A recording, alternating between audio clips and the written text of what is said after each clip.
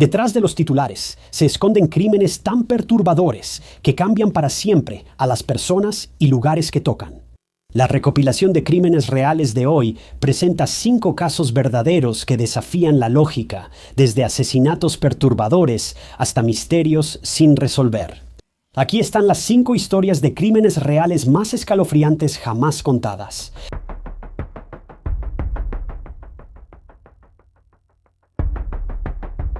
La historia de Grace Holland es peculiar. Madre de 4, criaba a sus hijos con su novio de años, Roberto Dawes, capitán de bomberos local. Pero en julio de 2020, su mundo cambiaría para siempre cuando Grace perdió la vida inesperadamente. El informe oficial dice que Grace Holland se suicidó ante Roberto, pero algunos investigadores y detectives no están convencidos.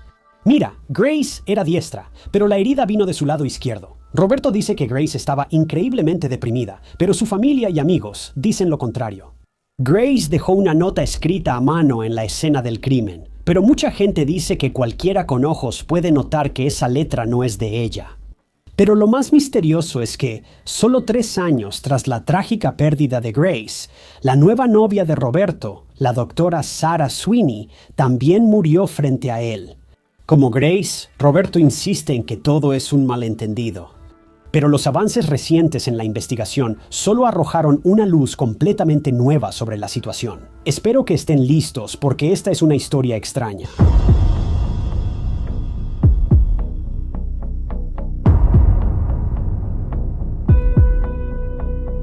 En 2020, Grace Holland vivía en Creve Coeur, Missouri, junto a su novio, Roberto Dawes. Grace era conocida por ser una mujer bastante animada y llena de energía.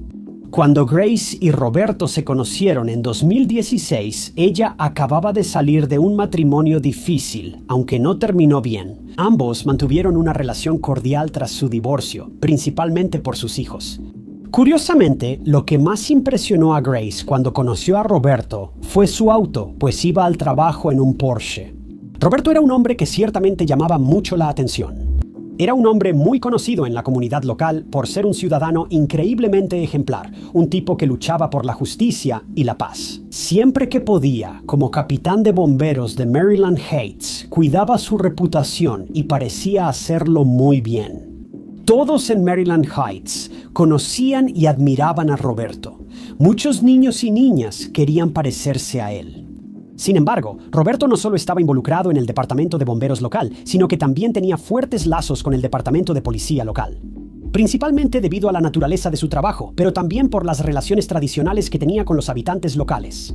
Lo impresionante es que Roberto no fue el único de su familia que dedicó su vida a ayudar a otros. Él provenía de una familia de socorristas y su padre, ex capitán de bomberos de Maryland Heights, le pasó el título a Roberto al retirarse. Si esto no basta para mostrar el carácter de Roberto Dawes, su familia también posee una empresa llamada Liberty Artworks, que fabrica monumentos conmemorativos para policías y bomberos fallecidos. Este negocio lo inició el padre de Roberto en su tiempo libre para apoyar a familias de quienes perdieron seres queridos en servicio. Cuando Roberto conoció a Gracia, fue amor a primera vista. Tenían problemas de relaciones pasadas, pero nada que no pudieran manejar. Gracia llegó con sus 4 hijos de su anterior matrimonio, y Roberto tenía un hijo de una relación pasada. Para ella, Roberto era el paquete completo. Gracia era conocida por su gran respeto hacia socorristas, policías, detectives y bomberos. Desde joven, dedicó su vida a ayudar a otros a encontrar justicia. Se unió al programa Exploradores de la Policía en su adolescencia, una iniciativa para jóvenes interesados en conocer el trabajo interno policial, las investigaciones y el proceso para llevar sospechosos ante la justicia. Cuando Grace terminó la preparatoria y entró a la universidad, eligió justicia penal y tras graduarse aprovechó todas las oportunidades. Debía retribuir a su comunidad y apoyar a las fuerzas del orden cuando podía. Que yo sepa, Grace no pudo ejercer su título en justicia penal porque apenas lo obtuvo. Parece que llegó el primero de sus hijos y al poco tiempo pasaba la mayor parte de su tiempo criando a sus 4 hijos. Con los años y tras conocer a Roberto, Grace tuvo la oportunidad de ser lo que su hermana llamó esposa de policía y convertirse en madre de tiempo completo en casa. En su mayor parte, mientras Roberto ayudaba a mantener a la familia económicamente, apagando incendios y resolviendo crímenes, para Grace esto parece haber sido un sueño hecho realidad. Amaba a sus hijos más que nada y no podía imaginar estar lejos de ellos, pero entonces ocurrió la tragedia.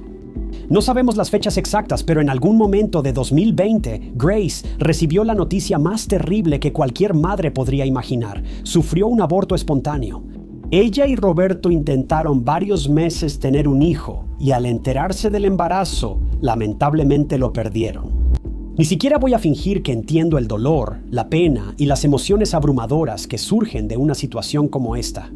Pero estaba muy claro que después de esta pérdida, Grace estaba sufriendo mucho. La que antes era una mujer alegre y despreocupada, de la noche a la mañana parecía haberse convertido en una sombra de lo que fue. Se encontró atrapada en una depresión que es incomprensible.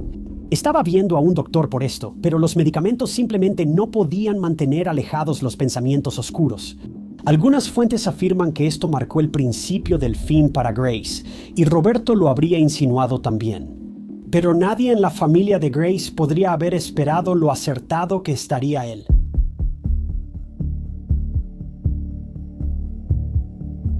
El 22 de julio de 2020, Laura Holanda, hermana gemela de Grace, despertó con un mensaje de Facebook increíble.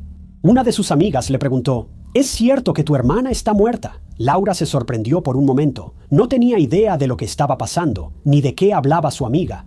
La amiga que envió el mensaje era maestra en la escuela de la hija de Grace, sobrina de Laura, y se enteró por el oficial de recursos escolares.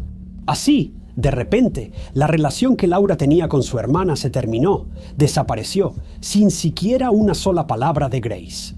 Laura dice que cuando escuchó la noticia estaba completamente en shock. Llamó a todos los miembros de su familia y, uno por uno, cada quien se enteró de la terrible noticia del fallecimiento de Grace. Uno de los detalles más desgarradores de toda esta situación es ese. Cuando se dio la noticia, una de las 4 hijas de Grace esperaba ansiosamente a que su madre llegara a casa para que las dos pudieran ir juntas de compras de zapatos. Ese viaje nunca ocurrió, Grace no apareció y sus hijos no la volvieron a ver. La noticia llegó por primera vez a las 5:10 a.m., sin advertencia o indicio previo de la tragedia. Roberto Dawes llamó al 911 y se identificó tranquilamente como el capitán de bomberos de Maryland Heights, sin tartamudear ni suspirar. Le dijo al operador que Grace había usado un arma para quitarse la vida justo frente a él después de luchar contra la depresión durante meses. Al llegar los primeros en responder, notaron que Roberto no intentó reanimar ni hizo esfuerzo por salvar a Grace si hubiera sobrevivido al disparo. Esta fue la primera señal de alerta. Un forense descubrió que Grace recibió un disparo en la sien izquierda con trayectoria descendente, aunque era diestra. Entonces, si ella fuera a quitarse la vida, ¿no estaría sosteniendo el arma con la mano derecha? Esta fue la segunda señal de alerta. De manera bastante extraña, inmediatamente después de que la policía llegó a la escena del crimen para recolectar evidencia, Roberto decidió llamar a su abogado antes de decir una sola palabra a cualquiera de los oficiales que se presentaron en la escena del crimen. Roberto consultó todo con su abogado, y su abogado le decía qué debía o no debía decirle a los investigadores. Esta fue la tercera señal de alerta. Los investigadores lograron encontrar 2 notas dejadas en la escena del crimen, ambas determinadas como escritas a mano por Gracia el mismo día que perdió la vida. En la primera nota, les expresa a sus hijas lo orgullosa que está y que cada una logrará cosas increíbles en sus vidas. En la segunda nota, ella le dice a Roberto que quisiera que comprendiera que la vida es más que cosas y dinero. Termina la carta con «Adiós, mi amor». En los días y semanas que siguieron a esto, a Roberto realmente no lo investigaron mucho. El caso básicamente se consideró resuelto de inmediato. Se registró que Gracia se quitó la vida debido a la depresión. Y eso fue todo. Todos en la zona conocían a Roberto como una de las personas más respetables de la comunidad y, si acaso, le tenían lástima, no sospechaban de él. Pero en cuanto Laura escuchó la noticia de que Roberto decidió conseguir un abogado antes siquiera de ser considerado sospechoso, supo que algo andaba mal. Como resultó ser, en los meses previos a su inesperada muerte, Gracia le había confiado a su hermana Laura que, según ella, Roberto no era el hombre que aparentaba ser. Roberto era increíblemente abusivo, y con el paso del tiempo, este abuso solo empeoró. Llegó a tal grado que decidió empezar a llevar un registro de todo. Incluso llegó a grabar el abuso de Roberto para tener pruebas que pudiera usar en su contra en la corte si alguna vez fuera necesario. Laura recordó ver varios moretones en Gracia y era claro que la violencia se salía de control. Una noche, Gracia cometió el error de ponerle una de sus grabaciones a Roberto, esperando que él se escuchara a sí mismo y se diera cuenta de lo cruel que estaba siendo. Desafortunadamente, él no escuchó las acusaciones de Gracia, y oír su propia voz en la grabación solo empeoró las cosas. Y la familia de Gracia admite que esto resultaría ser un error trágico. Gracia, abrumada por el comportamiento errático de Roberto, terminó contactando al departamento de bomberos de Maryland Heights. El subdirector médico esperaba que pudiera explicar por qué Roberto había estado tan agresivo últimamente. Según Laura, este hombre prácticamente ignoró las llamadas y solicitudes, minimizando toda la situación. Grace realmente creía que podía ayudar a Roberto. Pensaba que había algo que podía hacer para conseguirle la ayuda que necesitaba. Incluso intentó inscribir a ambos en terapia, pero obviamente esto no funcionó. Con el paso del tiempo, Roberto se fue enojando cada vez más, y si hay que creerle a la familia de Grace, eventualmente perdió el control.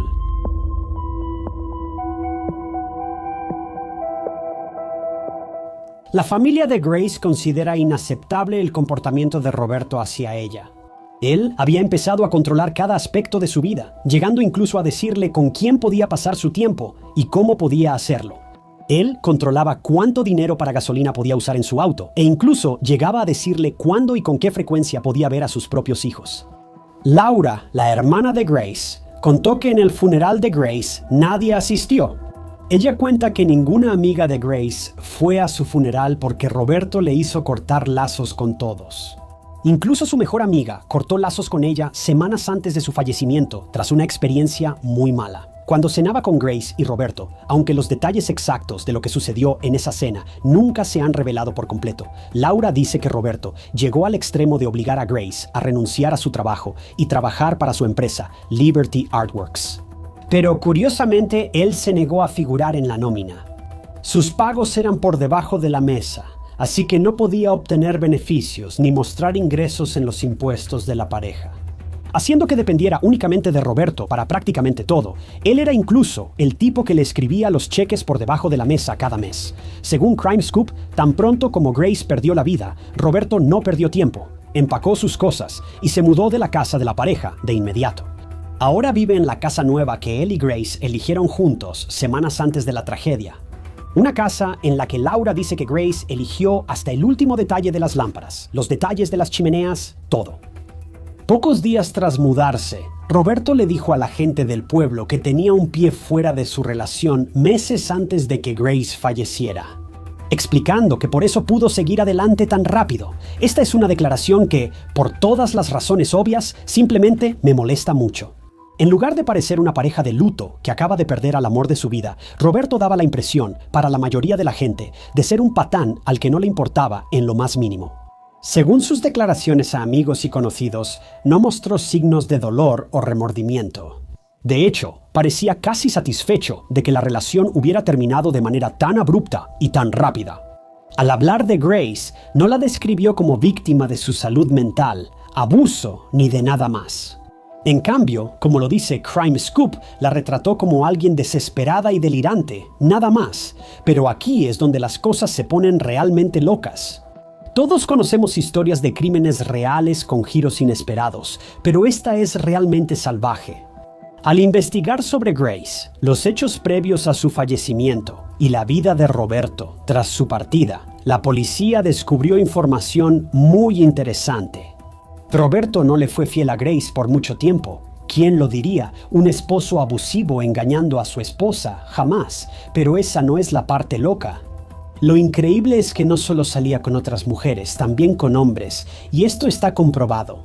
La información fue revelada a la policía a través de mensajes de texto redactados que fueron obtenidos por el propio abogado de Roberto. En esa época, Roberto dejó de tener contacto con la familia de Gracia, incluidas sus 4 hijas, a quienes había criado en los últimos años. Como si apagara un interruptor de luz, simplemente se cerró y se alejó, sin volver a decirles una sola palabra. Nunca pidió ser parte del funeral de Gracia, y ni siquiera he podido confirmar si asistió o no al funeral. Incluso ordenó al Departamento de Bomberos de Maryland Heights no volver a hablar con la familia de Gracia. Inmediatamente después de esto, a los ojos de los seres queridos de Gracia, Roberto básicamente dejó de existir en un abrir y cerrar de ojos, simplemente desapareció de sus vidas. Curiosamente, en algún momento alrededor de este punto, los detectives del Departamento de Policía de Creve Coeur decidieron contactar a Roberto para tomar su declaración y entrevistarlo sobre la pérdida de la vida de su esposa. Lo llevaron a una sala de interrogatorio para que hiciera una declaración escrita y otra verbal, grabando todo como evidencia. Al salir de la sala ese día, la grabación fue eliminada. El Departamento de Policía de Creve Coeur afirma que solo fue un error digital. Pero seré honesto, no estoy tan seguro. Considerando los lazos que Roberto tenía con la policía local, ¿realmente es tan difícil creer que pudo haber cometido un error y dicho algo que no debía? Un amigo suyo en la comisaría ayudó a que la cinta desapareciera. Procuro mantener mis opiniones fuera de estos casos y solo compartir hechos y pruebas. Esto ya es demasiado para ignorarlo. Pero si esto no fuera lo suficientemente malo, también había una grabación de Roberto discutiendo con su hijo pequeño que fue misteriosamente eliminada mientras estaba en posesión de la policía. Esta grabación pudo usarse contra Roberto en la corte para probar que era el hombre abusivo que Grace decía. Pero ahora que esta grabación también había desaparecido, él salió completamente libre de culpa. Pero si todo esto no fuera lo suficientemente malo, las cosas estaban a punto de ponerse mucho, mucho peor.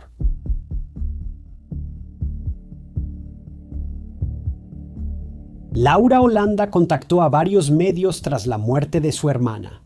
Compartió una larga lista de crímenes y negligencias que, según ella, cometió el Departamento de Policía de Creve Coeur.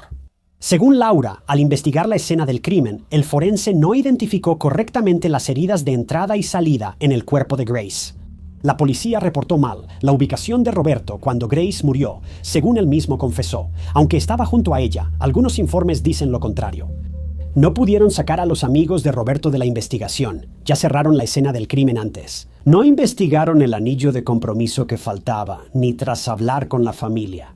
No recogieron pruebas forenses de las manos de Roberto ni de las manos de Gracia para demostrar quién sostenía realmente el arma. Esa noche perdieron varias grabaciones de video, no documentaron los moretones evidentes en el cuerpo de Gracia, no verificaron la escritura de las cartas que se encontraron en la escena del crimen y nunca se molestaron en interrogar a Roberto durante 14 meses después de que ocurrió el crimen.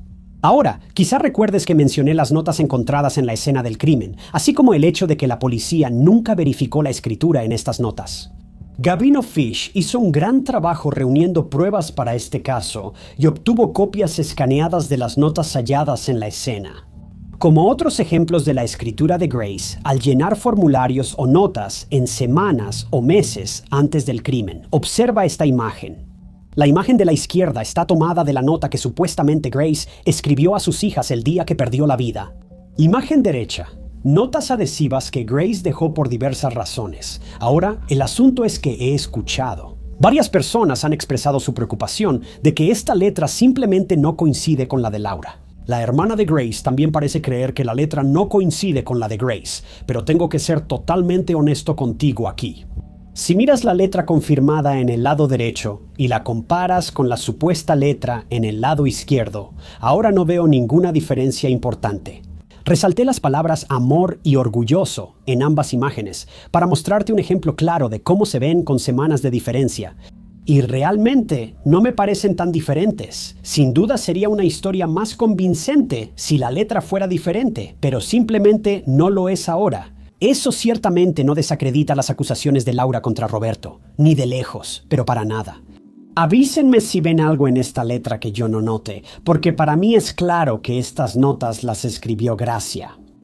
Pero ahora es donde las cosas toman otro giro, y desafortunadamente creo que es bastante claro asumirlo. Basado en las acusaciones de Laura y sus afirmaciones contra Roberto, ella cree que Roberto estuvo involucrado en la muerte de Gracia. Ya sea que él directamente le quitó la vida o que la llevó a perderla siendo abusivo y manipulador. Creo que puedo desacreditar bien la teoría de que Roberto le quitó la vida a Gracia directamente. Ahora, desafortunadamente, debido a la naturaleza de las siguientes fotografías, no puedo mostrarlas completas en este video, o YouTube lo bajaría tan rápido que te haría girar la cabeza. Pero durante la investigación policial sobre el fallecimiento de Gracia, lograron obtener varios mensajes de texto que Gracia envió a su familia o a Roberto. Estos mensajes e imágenes muestran a Gracia de otra manera. Gracia envió una foto del arma que luego usaría para quitarse la vida. Esto coincidió con mensajes de texto que decían: adiós, me fallaste, te amé, diles a las chicas que las amo, tú elegiste esto. Los detectives hallaron otra foto de esa arma, probablemente tomada en la misma época. También había una foto de Grace sosteniendo en su mano el contenido de un frasco entero de pastillas, siendo estas pastillas un medicamento antipsicótico que le habían recetado. Finalmente, hay una foto de Grace sosteniendo el arma que pronto usaría para quitarse la vida. La parte más impactante y preocupante de esta imagen es que, ella sostiene el arma con la mano izquierda, a pesar de que era diestra, tal como se describió la herida en el informe del forense, lo que básicamente descarta esa teoría. Así que aquí está la cuestión. ¿Estuvo Roberto involucrado en la muerte de Grace? Me cuesta creer que no lo estuviera. Según Roberto, tras su aborto espontáneo, Grace solía perder el control inesperadamente. Pero, ¿cómo culparla? El dolor que estaba experimentando era algo que no te puedes imaginar, a menos que hayas pasado por algo así. No solo estaba de luto, también su cuerpo estaba alterado químicamente por el aborto espontáneo, por lo que solo podía controlar parte de su comportamiento. El abuso de Roberto, sumado a todo esto, ciertamente no habría mejorado las cosas. Su odio y maltrato hacia Gracia está tan bien documentado que es prácticamente irrefutable decir que él tuvo algún papel en que Gracia se quitara la vida. Él no le quitó la vida directamente, pero sus acciones la llevaron a eso. ¿Es suficiente para condenarlo? Bueno, no estoy seguro, considerando que gran parte de la evidencia en su contra fue eliminada por el departamento de policía local. No creo que algún día veamos a este hombre tras las rejas, pero hay un aspecto más de esta historia que necesitamos cubrir. ¿Y qué hay de la novia más reciente de Roberto, la doctora Sarah Sweeney? Ella también perdió la vida frente a Roberto, igual que Gracia.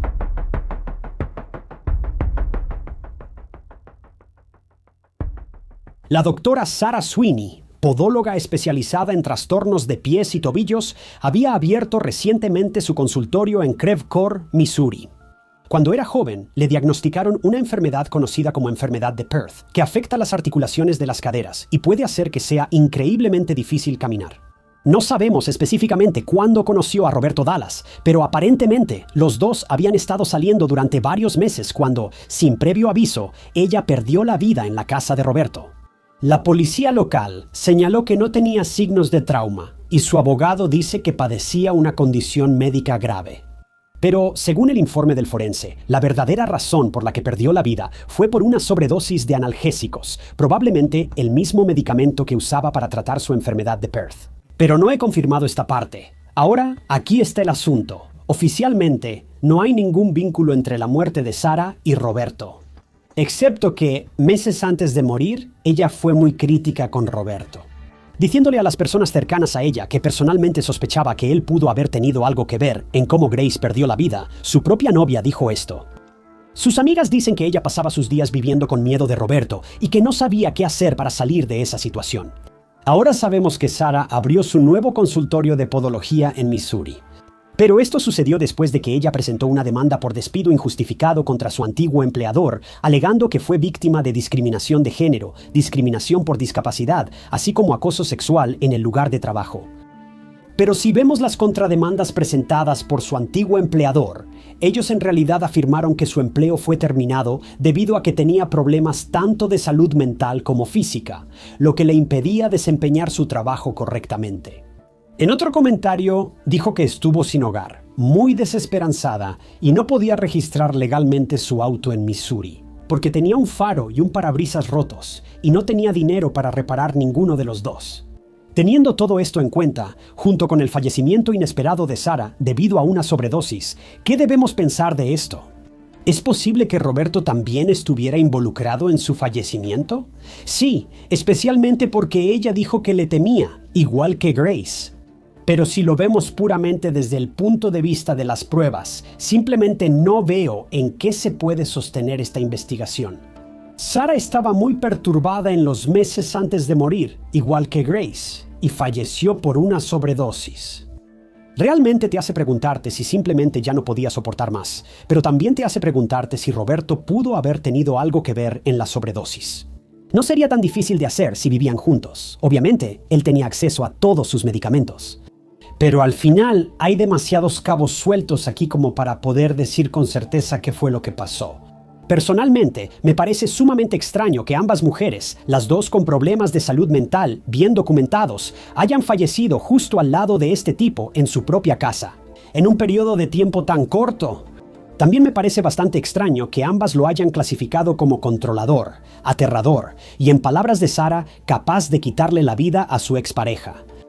Este es, desafortunadamente, solo otro de esos casos que no tiene un lado positivo ni un final claro. No hay ninguna lección que aprender, solo hay dolor y desesperación para ambas familias que estuvieron involucradas en esto. Por suerte, Roberto aún está bajo investigación y espero que la verdad se sepa algún día si realmente participó en uno o ambos casos. Pero por ahora, trágicamente, la historia sigue sin resolverse.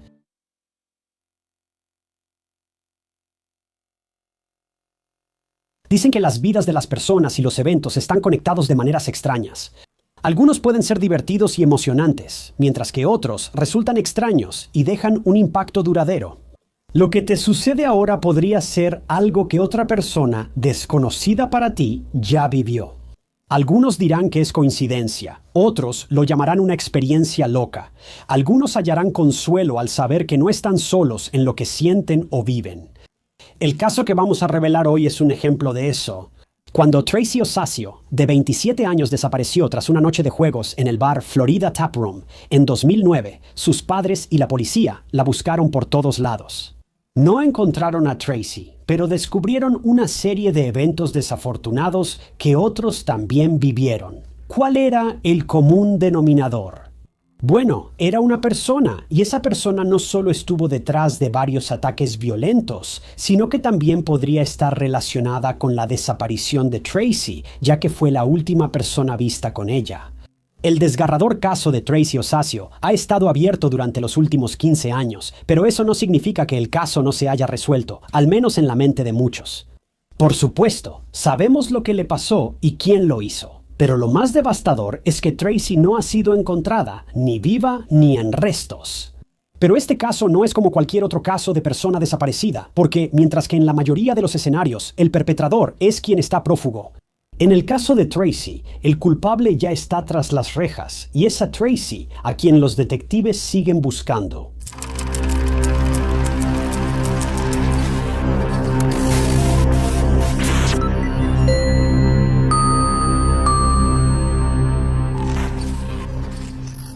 Bienvenidos a Historias de Crímenes Reales. Soy Ty Knotts, tu anfitrión, y cada semana publico nuevos documentales de crímenes reales. Sin narraciones de inteligencia artificial, sin drama innecesario, solo una víctima con una historia que contar. Así que si te interesa ese tipo de contenido, dale al botón de suscribirte. Es gratis y te informa sobre mis próximos videos. Tracy Aileen Ocasio nació en 1982, hija de Elizabeth, mejor conocida como Liz, y Joseph Ocasio, en Ocoee, Florida. De niña, Tracy era la favorita de su papá. Soñaba con estudiar radiología en la universidad y amaba a los animales. Tracy tenía lagartijas, escorpiones e incluso un gato llamado Cookie como mascotas. A Tracy le fascinaba leer, sobre todo historia y literatura, y disfrutaba libros de la Segunda Guerra Mundial y la antigua Roma. Tracy también disfrutaba hacer joyería artesanal en su tiempo libre, una de sus actividades favoritas. Además, tenía un fuerte vínculo con sus padres cuando salía con ellos. Así era, todos los días llamaba a su mamá para contarle su rutina y actividades. Tras graduarse de la preparatoria, Tracy trabajó como mesera y tomaba cursos universitarios en línea. En un momento, Tracy se mudó de la casa familiar porque acababa de comprometerse, pero tristemente, su felicidad se vio truncada cuando rompieron el compromiso y pronto terminaron definitivamente. No está claro por qué sucedió, pero esto hizo que Tracy volviera a vivir con sus padres, quienes no se molestaron en absoluto. Una cosa que Tracy y su papá, José, compartían era el amor por los deportes, especialmente el baloncesto. El equipo favorito de Tracy y José era el equipo local, el Orlando Magic. Y no había un partido que Tracy se perdiera por nada del mundo. Por lo que dicen todos, Tracy era una chica normal de 27 años que tenía grandes sueños y estaba en camino de lograrlos. Amaba a su familia y las cosas le iban bien. Pero un día de mayo de 2009, sin ninguna advertencia, Tracy desapareció. El 26 de mayo de 2009 fue un día divertido para Tracy, con un gran partido entre Orlando Magic y Cleveland Cavaliers. Y Tracy tenía el ritual de ver cada partido de los Magic, ya fuera con sus amigos o con su papá. Ese día en particular, Tracy tenía planes de verlo con su papá. Pero su papá tuvo un mandado de trabajo de último minuto y no pudo quedarse. Tracy fue sola al bar Florida Tap Room en la calle Raleigh y disfrutó el partido. El bar estaba lleno de aficionados al baloncesto, así que esto no asustaba a Tracy. Este lugar lo visitaba seguido, conocía a muchos y era como su segundo hogar, sobre todo en temporada de baloncesto. Avanzando al final del partido, Tracy debía regresar a casa, pero pasaron horas sin señales de ella. Liz, su mamá, estaba más preocupada porque ese día no recibió el mensaje habitual de Tracy. Además, Tracy no tenía planes tras el partido y según Liz, ella iba a regresar directo a casa después del juego. Pero horas después, Tracy todavía no llegaba y todas las llamadas a su teléfono quedaban sin respuesta. Inmediatamente se reportó como desaparecida a 27 años y comenzó la búsqueda. Los detectives decidieron investigar el último lugar donde se vio a Tracy y era el bar en la calle Raleigh. Por suerte, consiguieron las grabaciones de las cámaras de seguridad e incluso vieron a Tracy, pero no estaba sola. Las grabaciones mostraron a Tracy saliendo del bar con un hombre entre la 1 y 1:30 de la mañana. Al mostrar las grabaciones a los padres de Tracy, no reconocieron al hombre misterioso. Tracy fue reconocida en las grabaciones por su ropa: jeans negros, camiseta sin mangas, chaqueta con capucha y gorro verde con blanco. El hombre que estaba con Tracy era calvo, tenía aproximadamente la misma edad que ella, y él y Tracy parecían cercanos. Estaban conversando y pasándola bien, y se fueron poco después. No había nada alarmante en las grabaciones. Parecía que Tracy estaba coherente y que se iba voluntariamente con este hombre misterioso. Así que los detectives tenían una pista, pero tenían que averiguar quién era este hombre mientras los oficiales estaban en esa misma tarea. Encontraron el auto de Tracy, que ella condujo al bar Florida Tap Room. Era un Chevrolet Cobalt amarillo, 2 puertas, modelo 2002 hallado en un estacionamiento de la calle Franklin en Ocoee el 27 de mayo cerca de las 7 p.m. Extrañamente, el auto estaba sin seguro y claramente abandonado. No había pertenencias dentro. Solo llamó la atención de la policía que los asientos delanteros estuvieran reclinados hacia adelante, lo cual insinúa que alguien pudo haber estado doblando los asientos para sacar algo de los asientos traseros o para que alguien entrara o saliera de los asientos traseros. Esto no era un comportamiento habitual para Tracy. No estoy seguro de por qué la policía percibió esto como algo tan extraño, aparte del hecho de que era un Chevy Cobalt. Meter a un adulto en el asiento trasero de la versión de 2 puertas de este auto sería casi imposible, y si Tracy llevaba pertenencias con ella, casi con certeza las habría guardado en la cajuela, no en el asiento trasero. Dejando eso de lado, el auto fue hallado abandonado en una calle muy oscura, sin luces, nada. Y, según José, Tracy nunca iría ahí si tuviera otra opción, ya que le tenía miedo a la oscuridad. Entonces, ¿por qué estaba el auto de Tracy ahí? La respuesta a esa pregunta llegó muy rápido. ¿Recuerdas al hombre con quien vieron a Tracy la noche que desapareció? Bueno, finalmente fue identificado, y su nombre era Jaime Hathaway, y él era el único que pudo haber sabido lo que le pasó a Tracy. Cuando los detectives lo contactaron, cooperó proporcionando información. Jaime contó que conoció a Tracy en el bar Florida Tap Room y conversaron tras el partido. Le pidió a Tracy que lo llevara porque él no tenía auto y ella sí. Jaime dice que Tracy lo dejó en su casa y se fue. Y eso fue todo. Curiosamente, el auto de Tracy fue hallado a solo 150 metros de la casa de Jaime, donde vivía con su papá. Jaime fue el último en ver a Tracy. Ahora ella desapareció y su auto apareció a unas cuadras de su casa. Los investigadores sospechaban, pero sin pruebas sólidas que vincularan a Jaime con la desaparición de Tracy, lo dejaron ir. Lo siguiente que los detectives tenían que revisar era la actividad del teléfono de Tracy. Resultó que el teléfono de Tracy se apagó el 27 de mayo alrededor de las 8:30 a.m. La última señal de su teléfono fue en el lugar donde hallaron su auto. Gracias a esta información, los investigadores consiguieron una orden de cateo para la casa de James, pero no hallaron a Tracy ni pistas sobre ella. Encontraron muchas drogas y los investigadores descubrieron que James las consumía mientras estaba en libertad bajo fianza. Aunque no parecía relacionado con la desaparición de Tracy, fue arrestado por esos cargos. Pero si eso no fuera suficiente, al momento de su arresto, los detectives se dieron cuenta de que James también tenía un largo historial de crímenes, incluyendo secuestro de menores. Tras el arresto de James, 2 testigos que eran sus amigos declararon haber visto a una mujer que coincidía con la descripción de Tracy, saliendo del bar con James. El segundo testigo dijo que Tracy, después de llegar a la casa de James, entró y se quedó un rato. James intentó convencerla de probar drogas, pero ella se negó y él se fue. Entonces los detectives notaron que James había mentido. Cuando afirmó que Tracy simplemente lo había dejado, estaba inventando historias y definitivamente había algo sospechoso. Por suerte, ahora estaba bajo custodia policial y no tenía forma de escapar. Mientras Jaime estaba detenido, los detectives usaron todos los recursos para localizar a Tracy. Buscaron con sabuesos, perros rastreadores de cadáveres, pero curiosamente ni siquiera detectaron su olor en su propio auto. Mientras tanto, el papá de Tracy, José, puso volantes y revisó todas las áreas donde la vieron recientemente. La investigación se ralentizaba tras unas semanas, así que José contactó al fundador de Texas EQ Search, Tim Miller, para pedir ayuda en la búsqueda de Tracy. Poco después, los voluntarios recorrieron 2.500 acres de terreno, pero aún así no pudieron encontrar a Tracy todo ese tiempo. Los detectives estaban interrogando a Jaime, quien estaba bajo arresto por esos cargos no relacionados, pero sin duda era una persona de interés en la desaparición de Tracy en ese momento. Entonces, con todo esto, ¿quién era Jaime Hadaway?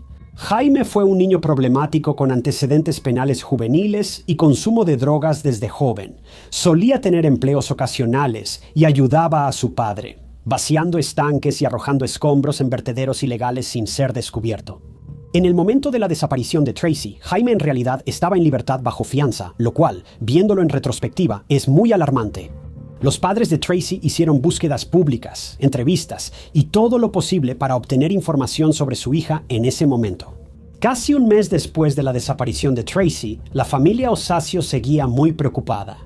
Llegaron muchas pistas, pero todas llegaban a un punto muerto en algún momento, aunque algunas eran muy creíbles. Al mismo tiempo, James estaba siendo juzgado y esto reveló nuevas acciones, aumentando las sospechas de la policía sobre él. Y eventualmente se convirtió en el principal sospechoso de la desaparición de Tracy. Mira, una vez que James fue el principal sospechoso en la desaparición de Tracy, fue cuando muchas personas salieron públicamente a contar sus malas experiencias con James. Según la policía, la historia de James seguía cambiando. Estaba mintiendo sobre que Tracy se fue justo después del viaje. No tenía coartada e intentó culpar a un amigo del trabajo por su desaparición. Personas que conocían a James afirmaron que era conocido por ser violento con las mujeres.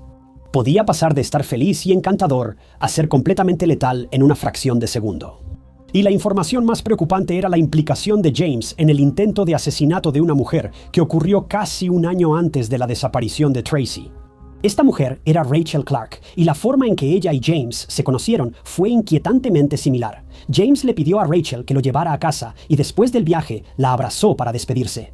Y fue entonces cuando perdió completamente el control. Agarró a Rachel, la tiró al suelo y la atacó violentamente diciendo, «No me hagas matarte». Rachel estaba atrapada debajo de un hombre que claramente intentaba acabar con ella para siempre. Rachel gritaba pidiendo ayuda, y por suerte, un transeúnte intervino y le gritó a James, quien huyó, dejando a Rachel herida en la acera. Su cuello estaba gravemente magullado y tenía heridas y rasguños en la cara y los brazos, pero por suerte seguía viva. Lo que resulta tan indignante es que James ni siquiera fue acusado por este ataque, aunque Rachel presentó una denuncia. Los detectives no lograron encontrarlo hasta un año después, cuando James fue señalado como principal sospechoso en el caso de Tracy. Ahora, los investigadores también tuvieron que investigar el caso de Rachel, porque querían mantener a James tras las rejas para que no pudiera escapar. porque en este punto estaban seguros de que él también era responsable de la desaparición de Tracy. Mientras tanto, la búsqueda de Tracy continuaba. Y durante una de las búsquedas en el lago surgió algo más, que era igual de aterrador. Mira, el 22 de febrero de 2011, casi 2 años después de la desaparición de Tracy, los detectives estaban buscando en el casi seco lago Carter. Al registrar el área, hallaron un hueso de columna vertebral humana y un cráneo. A medida que el lago se drenaba más, se recuperaron más huesos el 24 de febrero.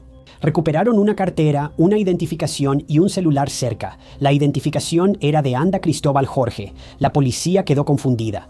Todavía estaban tratando de encontrar alguna señal de Tracy y ahora se toparon con los restos de Anda. Pero, ¿quién era él? Bueno, aunque Anda y Tracy eran desconocidos, había una persona que conocía, o al menos interactuó con ambos, y ese no era otro que Jaime Hadaway. El análisis de ácido desoxirribonucleico de Anda con los restos hallados en el lago seco dio positivo. Ahora se confirmó que Anda había desaparecido, pero los detectives pronto descubrirían el vínculo entre él y Jaime. Mira, durante la investigación de Jaime, llegaron muchas pistas. Alguien contactó anónimamente al papá de Tracy, José, y le dijo que conocía a una mujer cómplice de Jaime. Ella afirmó que él también estaba implicado en 3 homicidios en Orlando. La pista indica que los cuerpos y armas fueron arrojados a varios lagos. Por esto, los investigadores buscaron en los lagos, aunque la pista podía ser una broma por el historial criminal de Jaime. Los detectives no iban a dejarlo pasar tan fácilmente. Querían asegurarse de que esta pista fuera legítima, y resultó que sí lo era.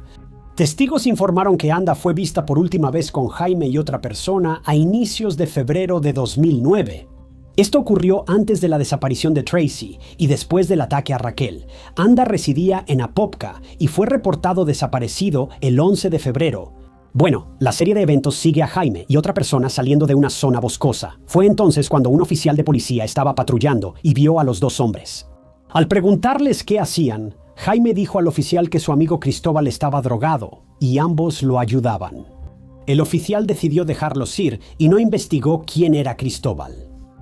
Después, el auto de Anda Jorge fue hallado abandonado en el lago Carter. Si recuerdas, este fue el lugar donde se encontraron los restos y pertenencias de Anda cuando se identificaron los restos de Anda. Se contactó a sus padres y la familia Osasio y la familia Jorge, de una manera muy dolorosa, se unieron por su pérdida mutua. Estaban destrozados el uno por el otro y solo querían que la persona responsable de lo que les pasó a sus seres queridos pagara ahora. Los restos de Anda también fueron llevados para una autopsia para determinar la causa de la muerte, pero debido a la descomposición, los resultados fueron inconclusos. Así que, si Anda falleció por abuso de drogas, si la historia de James es creíble o si le pasó otra cosa, simplemente no lo sabemos. Sin embargo, era extraño que James estuviera ahí, pero como no hay pruebas que lo vinculen con la muerte de Anda, no puede ser declarado culpable. Con las pruebas que tenían los detectives, sabían eso. James, quien actualmente estaba detenido en la cárcel del condado de Seminole, podía ser juzgado por el intento de asesinato de Rachel. Y esto fue exactamente lo que sucedió. En mayo de 2011 se realizó el juicio por el intento de asesinato de Rachel, donde ella fue la testigo principal. Rachel valientemente subió al estrado y describió en detalle cómo James la atacó violentamente la noche en que lo conoció. James estaba presente en ese momento y con una expresión estoica vio todo lo que sucedía en la sala del tribunal. En cuanto a la defensa de James, se basó en el hecho de que James estaba incoherente y ebrio y no era consciente de lo que hacía ni tenía idea de cómo se había hecho sus heridas. Las heridas de Rachel se presentaron en la corte y el jurado quedó horrorizado al ver su rostro golpeado. No parecía un accidente ni confusión por embriaguez. El jurado anunció el veredicto. James Hadaway fue declarado culpable de intento de asesinato, robo con allanamiento, robo y privación ilegal de la libertad. Fue sentenciado a cadena perpetua y todos en la sala del tribunal soltaron el aliento que habían estado conteniendo durante tanto tiempo, ahora que este hombre violento finalmente estaba tras las rejas. James, tras la sentencia, subió al estrado y se disculpó con Rachel, diciendo que sus heridas fueron mi culpa y lamento lo ocurrido. Sé que no intenté matarla, pero lamento lo que sí ocurrió. James intentó atacar a Rachel sin motivo, queriendo matarla, y ahora se disculpaba. Como si eso pudiera borrar mágicamente todo este dolor, trauma y miedo de su memoria, es simplemente indignante. Al final, los investigadores se vieron obligados a admitir que, en este punto, resolver el caso de Tracy probablemente no iba a suceder. Simplemente no había suficiente evidencia para acusar a nadie de nada, aunque sabían muy bien quién estaba detrás de su desaparición. Después de la sentencia, la familia Ocasio también dio una declaración. El papá de Tracy, José, dijo: "Si hay consuelo, es que él está tras las rejas y no arruinará otra familia como la nuestra". Raquel también dio su declaración durante la sentencia, en la que dijo que se hizo justicia para ellos también. Ojalá podamos encontrar a Anda y a Tracy. Es desgarrador que, por un solo hombre, 3 familias resultaron afectadas y se unieron para que él enfrente las consecuencias de sus actos. Increíblemente, en febrero de 2015, Jaime apeló y solicitó una nueva audiencia, alegando que sus abogados lo presionaron para renunciar al juicio rápido. Se le concedió, pero el resultado fue igual. Jaime Hadaway todavía va a pasar el resto de su vida tras las rejas, pero la historia aún no ha terminado. Aunque Raquel logró el cierre que necesitaba, sabía que Jaime no volvería a atacarla ni a nadie más. La familia Ocasio, así como la familia Jorge, todavía están en medio de todo esto. Jaime sigue siendo sospechoso de la desaparición o posible muerte de Tracy, pero no hay pruebas suficientes para que el Estado lo demuestre. No imagino lo que vive la familia de Tracy. Han pasado 15 años desde la última vez que se vio a Tracy en un lugar que solía frecuentar, y ahora nadie sabe dónde está. No ha contactado a nadie en la última década y media, y nadie ha encontrado ninguna otra pista sobre ella. José y Liz siguen luchando para cerrar el caso de Tracy y así poder intentar seguir adelante y aceptar que ella se ha ido para siempre. Hasta que llegue ese día, viven con incertidumbre, miedo y esperanza, todo mezclado extrañamente en sus corazones. José, hasta el día de hoy, se siente culpable por haber dejado que Tracy fuera al bar sola. Él todavía cree que si hubiera estado con ella, Tracy habría estado a salvo. Es simplemente devastador ver a un padre pasar por esto. Independientemente de si esa afirmación pudo haber sido cierta o no, esto no fue su culpa de ninguna manera. Si alguien es responsable de lo que pasó a Tracy, probablemente sea Jaime. Aunque el Estado no ha hallado pruebas contundentes de su implicación en la desaparición de Tracy, solo esperamos que su familia encuentre paz y cierre. Porque aunque el caso de Tracy tiene 15 años, sigue abierto, y el detective David Gray todavía sigue investigando cualquier pista que le llega. Los padres de Tracy merecen saber qué le pasó a su hija. Nadie debería tener que pasar por esto. Los casos de personas desaparecidas son difíciles por varias razones, como no saber quién hizo qué. Pero es otra montaña rusa de emociones cuando la familia de la víctima ni siquiera sabe dónde está su ser querido, aunque el posible responsable ya esté tras las rejas. Tantas cosas pueden cambiar en cuestión de minutos, y nadie sabe realmente cuándo ocurrirá una tragedia, y muchas veces eso es lo más difícil de aceptar.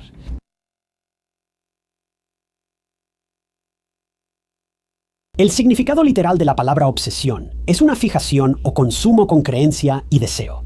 Todos están obsesionados con algo. Puede ser cualquier cosa, desde un color hasta una comida en particular, cómo tomas tu café o la forma en que te vistes. Pero ¿qué pasa cuando alguien se obsesiona no con una cosa, sino con una persona? En Ohio, Morgan Fox, de 29 años, era madre soltera, novia y trabajadora. Era gerente de operaciones en FedEx y le iba bien. Pero cuando su novio de 1 año encontró a Morgan sin vida en su auto afuera de su casa, la policía no sabía dónde buscar al asesino. Morgan, por fuera, no tenía enemigos y era querida por cada persona que la conocía. Pero había alguien en el fondo que la deseaba mucho y la quería solo para sí mismo. Y aunque había señales sutiles aquí y allá, nadie jamás imaginó que la situación pudiera escalar hasta el asesinato. El caso de Morgan Fox es confuso, está envuelto en misterio y te hará dudar de todo. Cada interacción que has tenido con alguien, ya sea una persona en la calle o la misma persona con la que trabajas.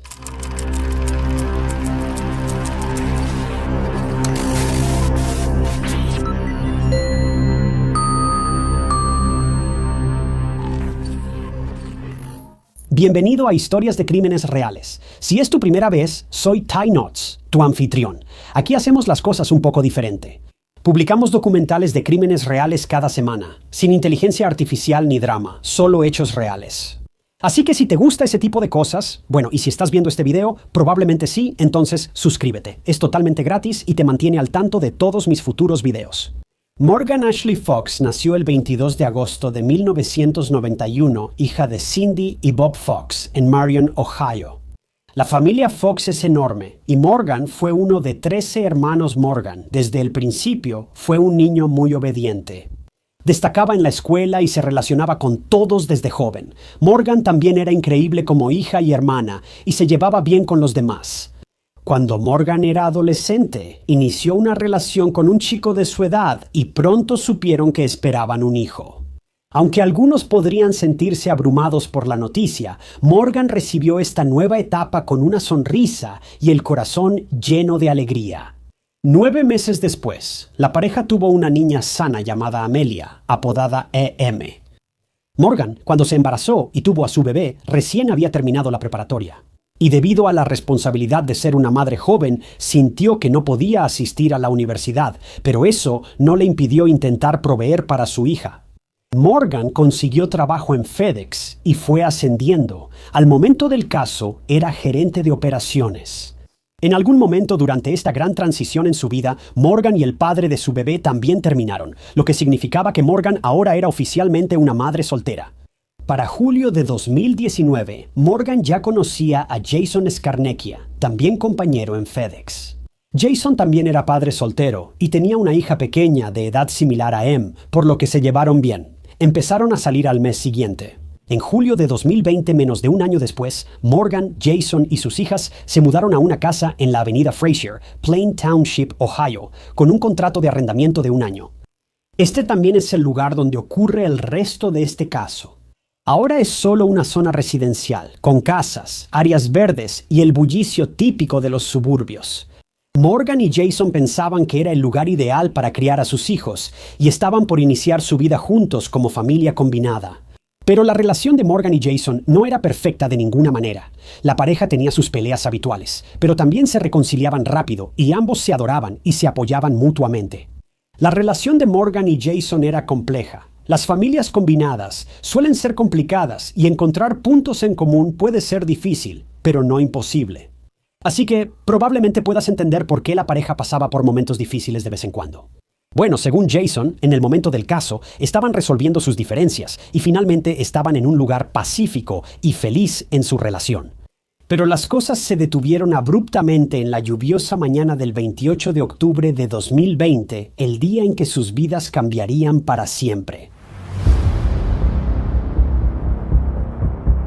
Morgan comenzó el día temprano el 28 de octubre. Normalmente trabajaba por la mañana y se preparaba para ir. Se despertó a la 1 a.m. Bajó las escaleras, preparó su desayuno, se alistó y salió rumbo al trabajo en su auto a las 6 a.m. El novio de Morgan se despertó para su turno y esperaba que ella ya se hubiera ido, pero cuando Jason miró por la ventana que daba a la entrada, vio que el auto de Morgan todavía estaba ahí. Como estaba oscuro y Jason no veía nada por la ventana, llamó a Morgan mientras salía a inspeccionar. Pero mientras se acercaba, escuchó el teléfono de Morgan y el sonido venía de algún lugar cerca del auto. Cuando Jason llegó al auto, se encontró con una escena horrible.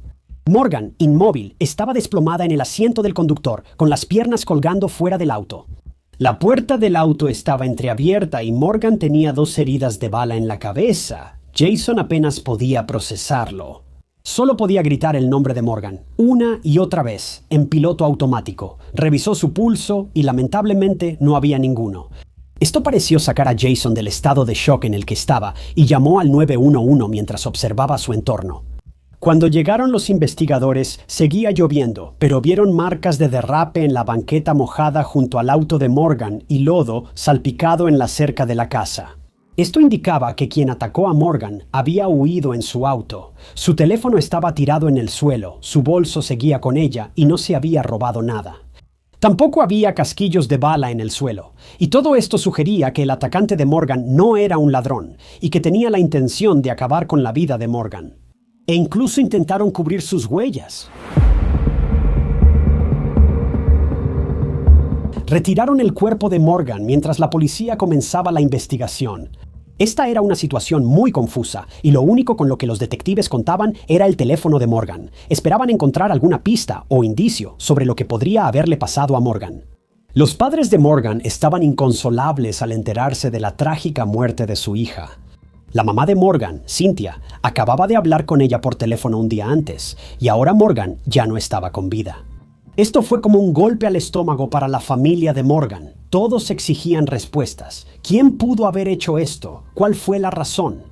La policía tenía que empezar por algún lado, y apuntaron al novio de Morgan, Jason. La policía centró su interés en la llamada de Jason al 911, donde él se mostró tranquilo y solo ligeramente alterado. Esto para la policía era sospechoso. Súmale a eso las peleas que la pareja estaba teniendo y que él era la única persona con Morgan en el momento del ataque, y la sospecha de la policía creció aún más.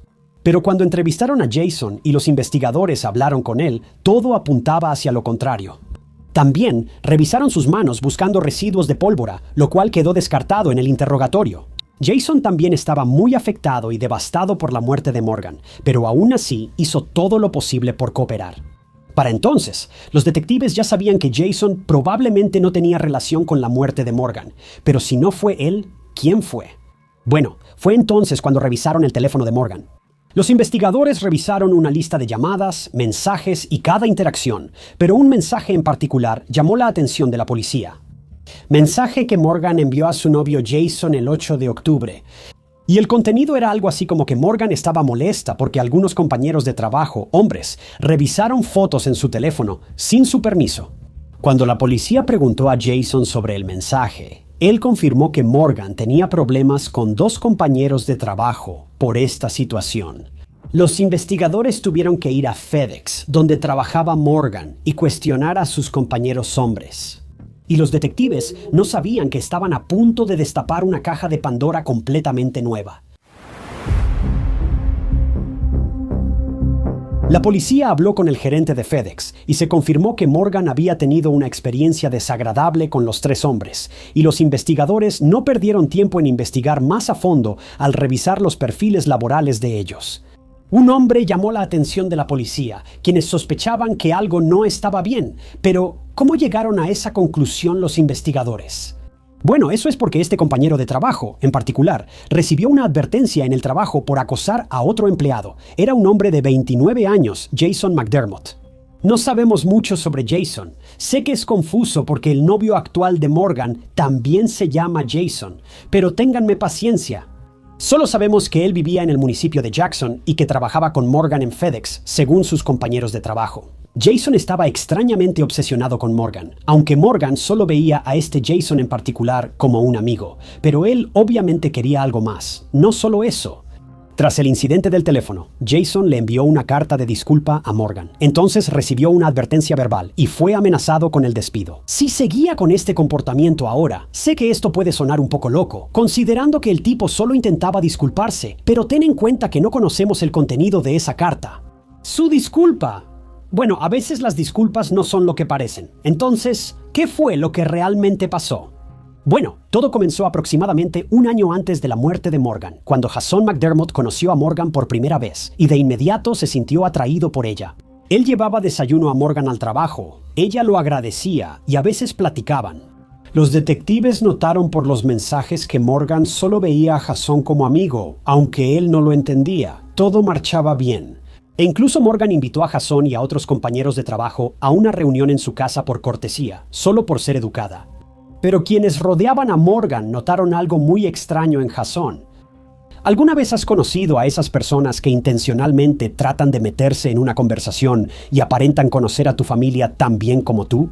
Bueno, ese era el comportamiento de Jason en esa reunión. Hacía todo lo posible por impresionar a los invitados, mezclarse con ellos. Y en un momento, incluso se dirigió a la abuela de Morgan como abuela, lo cual ahora me parece bastante extraño.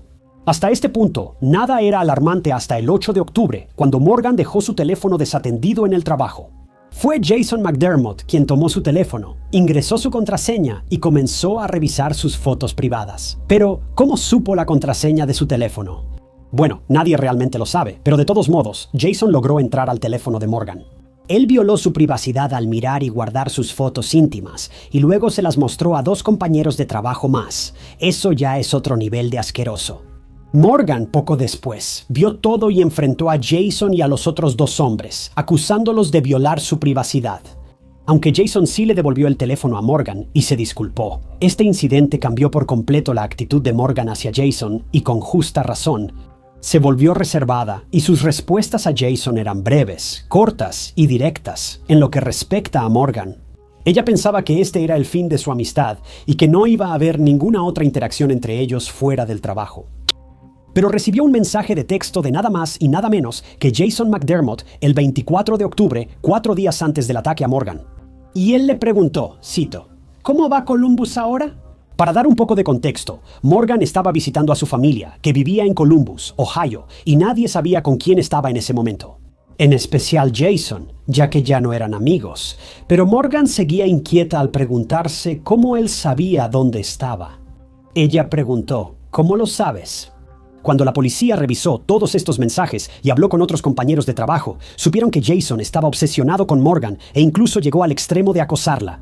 El 28 de octubre, tras el ataque a Morgan, Jason llegó al trabajo un poco más tarde de lo habitual, alrededor de las 2:58 a.m. Entró por la puerta trasera y luego se fue más tarde, a las 10 a.m. Según sus compañeros de trabajo, actuaba con normalidad, pero los detectives no podían quitarse la sensación de que tal vez estaba ocultando algo, así que lo llamaron para una entrevista.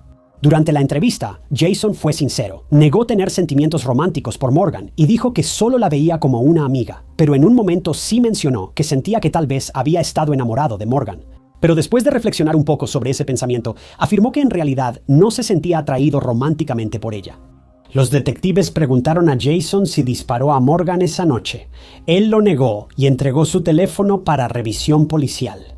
Cuando los investigadores revisaron la ubicación del teléfono, se toparon con un callejón sin salida. El teléfono de Jason estuvo en su casa la noche del 27 de octubre hasta las 2:48 a.m.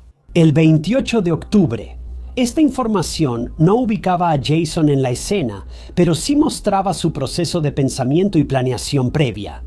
Quizá él sabía que rastrearían su teléfono y por eso decidió dejarlo en casa para evitar sospechas, lo cual es aún más aterrador si lo piensas. La policía decidió investigar más a fondo a Jason porque algo simplemente no cuadraba, y fue entonces cuando encontraron otra cosa extraña. Mira, antes de que Jason fuera interrogado, los investigadores fueron a la casa de sus padres, donde vieron a Jason y su auto recién lavado. Ahora, esto no sería raro si no fuera por el hecho de que había estado lloviendo todo el día. ¿Por qué lavarías tu auto cuando está lloviendo? A menos que fuera para eliminar cualquier posible evidencia. Cuando le preguntaron a Jason sobre lavar su auto, dijo que lo llevó a un autolavado tras su turno, el 28 de octubre. Al revisar las cámaras de seguridad, la policía vio a Jason lavando su auto, enfocándose en las llantas traseras y regresando 2 veces para dejarlas limpias. A los detectives les pareció muy extraño. Además, se vio a Jason salir del autolavado y estacionarse frente a una tienda cercana. No entró a la tienda, solo inspeccionó su auto frente a la tienda varios minutos, mirando de un lado a otro para asegurarse de que no quedara nada en su auto. ¿Recuerdan las marcas de llantas halladas cerca del auto de Morgan? Eran iguales a las que dejaría el auto de Jason, y esa fue la prueba irrefutable. Imágenes de circuito cerrado de televisión de la noche del ataque. Una cámara de tráfico captó un vehículo igual al de Jason yendo hacia la casa de Morgan a la 1:38 a.m. y luego, cerca de las 2:17 a.m., el auto fue visto regresando por donde vino. Se cree que en ese periodo fue cuando Morgan perdió la vida. Los investigadores también hablaron con amigos de Jason, quienes dijeron lo mismo. Jason estaba casi obsesionado con Morgan y se estaba esforzando mucho para que Morgan volviera a hablar con él. Algo muy retorcido de este caso fue que Jason asistió a una vigilia junto a la casa de Morgan tras su fallecimiento. No solo eso, sino que también escribió una publicación larga dirigida a Morgan en Facebook e incluso hizo esto mientras estaba siendo investigado por la policía. En la publicación se refirió a Morgan como Foxy y básicamente era una carta de agradecimiento bastante inquietante o una especie de memorial. La publicación también incluía una foto de Morgan con el hashtag Justicia para Morgan. Esta publicación dejó un mal sabor de boca en todos, especialmente en la familia de Morgan. La hermanastra de Morgan, Megan Barrett, dijo que Jason es una persona muy enferma, con graves problemas mentales y disfruta ver sufrir a otros. También salió el informe de datos del teléfono de Jason y contenía cientos de fotos borradas de Morgan, algunas más íntimas que otras. Y lo que resultaba tan inquietante es que también había numerosos videos de Morgan. Al ver estos videos, podías notar que Morgan no sabía que la estaban grabando. Esto implicaba que Jason grababa videos de Morgan en el trabajo sin permiso, algo aterrador y repugnante. Los investigadores sabían que Jason estaba detrás del ataque a Morgan y de su muerte, pero ahora solo necesitaban probarlo. A menos de una semana de que Morgan fuera atacada y asesinada frente a su casa, la policía arrestó a Jason McDermott el 5 de noviembre de 2020 y fue acusado de asesinato agravado y acoso con amenazas. Fue arrestado en la cárcel del condado de Stark con una fianza de $2 millones. Solo faltaba el arma homicida, que la policía no halló. Pero el papá de Jason en realidad tenía una colección extensa de armas, así que te dejo a ti imaginar cómo pudo Jason conseguir una. Esta era la evidencia que necesitaban para culpar a Jason por el crimen. Pronto, el juicio comenzó en la Corte Común de Policía del Condado de Stark y, según los investigadores, esto es lo que creían que sucedió la fatídica noche del 28 de octubre. Jason conocía el horario de trabajo de Morgan y estaba muy molesto por su actitud fría y distante hacia él, aunque él fue quien provocó que ella tuviera esa actitud en primer lugar. Pero Jason quería que Morgan volviera a hablarle y posiblemente fueran algo más que solo amigos. Y cuando Morgan empezó a alejarse, Jason ya no pudo soportarlo. Llegó a su casa antes de las 2 de la mañana. Esperó a que saliera por la puerta principal y se subiera a su auto. Luego le disparó 2 veces y la dejó por muerta. Después fue a trabajar y siguió su día con normalidad, y luego salió del trabajo a las 10 de la mañana. Después de eso, lavó su auto a fondo para quitar cualquier lodo de las llantas. Se cree que también borró las fotos y videos de Morgan del teléfono en ese momento. La defensa de Jason, por otro lado, recalcó que estaba siendo acusado injustamente del asesinato, además de los datos del teléfono celular y los datos de geolocalización que no lo ubicaban en la escena del crimen. La defensa afirmó que los otros 2 compañeros se llevaron el teléfono de Morgan y que Jason intentó detenerlos para proteger su privacidad. El jurado deliberó y se emitió el veredicto. El 8 de abril de 2021, Jason fue declarado culpable del asesinato de Morgan Fox, y el 4 de abril de 2021, Jason fue sentenciado a cadena perpetua sin posibilidad de libertad condicional. Previo a la sentencia, la familia de Morgan hizo declaraciones de impacto, incluyendo su hija Amelia, de 9 años, que también subió al estrado. Una niña que recién perdió a su madre tuvo el valor de subir al estrado y mirar a los ojos a quien causó su muerte. Es algo desgarrador y admirable a la vez. La declaración que Amelia escribió conmovió a todos hasta las lágrimas, e incluso Jason mostró emoción por primera vez desde su arresto. Amelia continuó: «Yo creía que los monstruos no existían, pero tú me demostraste lo contrario. Heriste a muchas personas, a mí y a quienes amo». El papá de Morgan, Bob, también subió al estrado e hizo una declaración conmovedora en la que dijo, cito, «Nunca recuperaré a mi hija. La extraño y la amo mucho, y lucharé con esto toda mi vida. Ojalá pases por lo mismo y te pudras en el infierno». Jason McDermott. Tras el juicio de Jason, la familia Fox acordó $4 millones con FedEx. 1.2 millones serán para los abogados que representaron el acuerdo. 2 millones irán a un fideicomiso para Amelia. El resto se repartirá entre la familia Fox, incluidos sus padres. Pero al final, el dinero no significa nada en situaciones como esta. $4 millones ni siquiera es suficiente para que FedEx se inmute. Morgan era más que solo una madre y una hija. Ella era la fuente de alegría en la vida de su familia. Con las acciones monumentales y devastadoras de Jason, una niña fue privada de su madre. Amelia, una niña que apenas comprende la pérdida y la muerte, debe crecer, graduarse de la preparatoria, ir a la universidad y empezar su vida. Sin que su mamá esté a su lado, Amelia nunca podrá correr por la puerta principal y dirigirse directamente hacia Morgan para contarle cómo le fue en su día. La familia Fox también fundó la Fundación Morgan Ashley Fox. Principalmente alza la voz para exigir acciones inmediatas contra las agresiones y el acoso en el lugar de trabajo y proporciona una plataforma para alzar la voz y generar un cambio en la sociedad. Solo puedo esperar que Amelia y el resto de la familia Fox encuentren la manera de seguir adelante en paz. Aunque nunca olvidarán cómo les arrebataron a Morgan, espero que encuentren algo de paz, sabiendo que el responsable, el monstruo detrás de su pérdida, está pagando el precio al pasar el resto de su vida en prisión. Este caso fue aterrador y demuestra que quienes tienen obsesiones poco saludables pueden hacer lo impensable. Es muy difícil comprender el hecho de que las personas puedan ser capaces de cometer crímenes tan incomprensibles y pueden lastimar a otros solo porque no sienten lo mismo que ellos. Y a veces, esta misma diferencia de opinión puede convertirse en el catalizador de algo irreversible y horrible.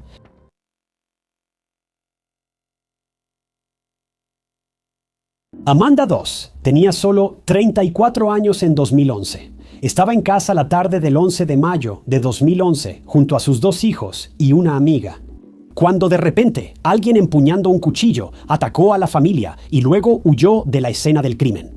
Solo unos minutos después, la casa se incendió, destruyendo casi todo rastro de evidencia que había dejado este criminal despiadado.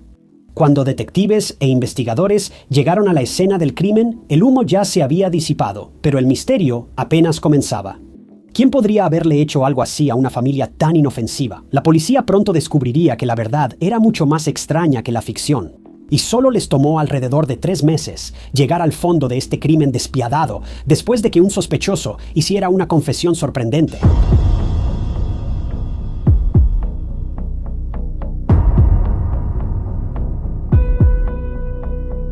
Amanda Doss nació en Muskogee, Oklahoma, en agosto de 1976.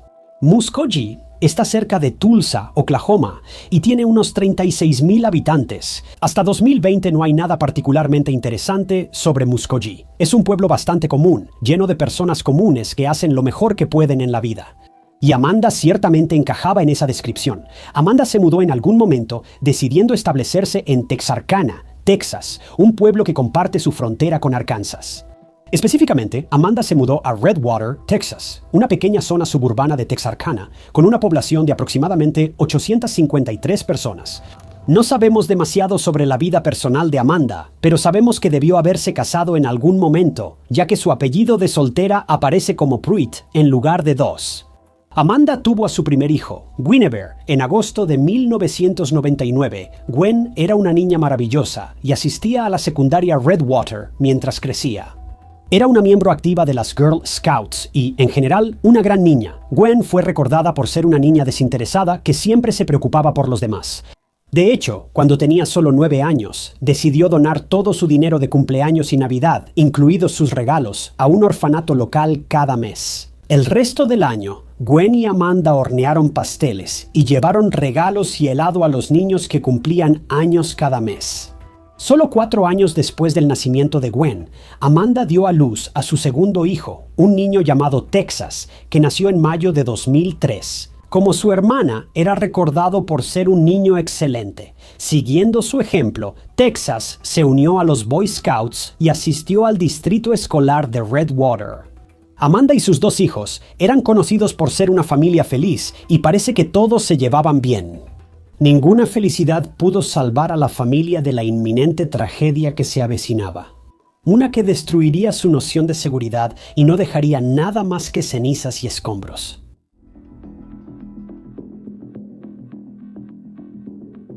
Era el 11 de mayo de 2011. Amanda, Gwen y Texas ya se habían instalado en su casa para la noche, siguiendo sus rutinas habituales de cenar, bañarse, ver la televisión y finalmente prepararse para dormir. La serie de eventos de esa noche fue muy distinta. Eran cerca de las 3 a.m. Los niños ya estaban en la cama, pero Amanda seguía despierta, según el Texarkana Gazette. A las 3 a.m., alguien llamó a la puerta principal. Amanda se acercó a la puerta para ver quién era, y fue recibida por Rachel Pittman, de 17 años. Rachel era una vieja amiga de la familia que solía venir a cuidar a los 2 niños, y Amanda la recibió en su casa con los brazos abiertos, como lo había hecho muchas veces antes. Rachel era alguien a quien los hijos de Doss veían como una especie de hermana mayor. Pero para la familia, esta visita sería muy diferente a las otras veces que Rachel había estado ahí durante años. Rachel y Amanda se hicieron amigas de la mujer, cuyo nombre nunca ha sido revelado por la policía ni los medios, solo la llaman la mujer. Supongo que la policía decidió mantener su anonimato por alguna razón. Para simplificar, la llamaremos Tanya para entenderlo mejor. No está claro qué relación había entre Tanya y Rachel, pero sabemos que Tanya era adulta y Rachel solo tenía 17 años. Tanya se había mudado a otro estado unos 5 o 6 meses antes de esto, pero seguía en contacto con Rachel todo el tiempo.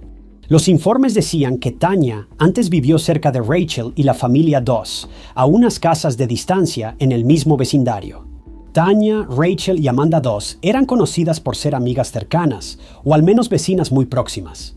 A menudo pasaban tiempo juntas en la casa de Amanda Doss, compartiendo bebidas, historias y en general llevándose bien entre ellas. Pero pronto la oscuridad comenzó a acercarse.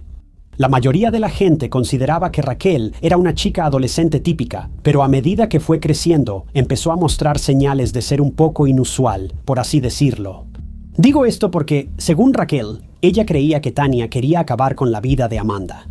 Pero Tanya afirma que nunca sugirió nada por el estilo, ni tampoco tenía malas intenciones hacia Amanda. Ambas se llevaban muy bien y disfrutaban de la compañía mutua, pero para Raquel el mensaje era claro y contundente. Retrocediendo a la noche en cuestión, el 11 de mayo Raquel llegó a la casa de Amanda alrededor de las 3 a.m. Amanda la invitó a pasar. Ambas se sentaron y conversaron un rato sobre distintos temas. Aunque Amanda era mucho mayor que Raquel, ambas eran grandes amigas y compartían secretos. Pero esta reunión en particular sería diferente a cualquier cosa que Amanda hubiera esperado. Tras conversar un rato, Raquel se levantó y le indicó a Amanda que ya estaba lista para irse dirigiéndose a la puerta. Pero apenas llegó a la puerta, Raquel sacó un cuchillo que había estado escondiendo en la pretina de sus pantalones, se dio la vuelta y corrió hacia Amanda. Le quitó la vida a Amanda en segundos, pero durante la pelea, Gwen y Texas se despertaron, para serte sincero. Los detalles de cómo se desarrollaron las cosas después de este punto no son muy claros, pero parece que Gwen supo que algo andaba mal y huyó asustada. Sin embargo, en lugar de llamar a la policía, Gwen tomó un teléfono y llamó a sus abuelos. La llamada fue increíblemente confusa para sus abuelos, ya que Gwen no parece haber dicho nada que se pudiera entender. Todo lo que sus abuelos escucharon fueron gritos y alaridos de fondo durante la llamada, seguidos por Gwen gritando por su madre, como haría cualquier buen abuelo. Ambos se pusieron los zapatos y condujeron lo más rápido posible hacia la casa de los dos. Cuando se acercaron a la casa, se quedaron boquiabiertos. Realmente no podían creer lo que veían. Toda la casa estaba envuelta en llamas y sabían que su hija y sus 2 nietos estaban atrapados adentro. Estacionaron el auto en la entrada y, sin dudarlo ni un segundo, saltaron fuera del coche y corrieron directamente hacia el edificio en llamas. Encontraron a Gwen tirada en el suelo y la sacaron del incendio. Mientras lo hacían, ambos abuelos sufrieron quemaduras graves que obligaron a que fueran hospitalizados más tarde. Aunque lograron sacar a Gwen del incendio, no pudieron localizar a Amanda ni a Texas. Desafortunadamente, a medida que el incendio se intensificaba, se vieron obligados a admitir que ambos habían fallecido. Los paramédicos llegaron al lugar solo unos momentos después. Los abuelos fueron atendidos por sus heridas y enviados al hospital. Pero cuando los paramédicos revisaron a Gwen, se dieron cuenta de que ya era demasiado tarde y ella había fallecido. El incendio ardió durante horas y el departamento de bomberos logró apagarlo hasta el día siguiente. Esto permitió a los investigadores inspeccionar la escena del incidente y hacer su mejor esfuerzo para determinar lo que había sucedido. Inicialmente, los detectives creían que el incendio había sido causado por un enchufe eléctrico defectuoso, una de las principales causas de incendios domésticos. Pero cuando recuperaron los restos calcinados de la familia Doss entre los escombros, se dieron cuenta de que lo que habían encontrado era algo mucho peor.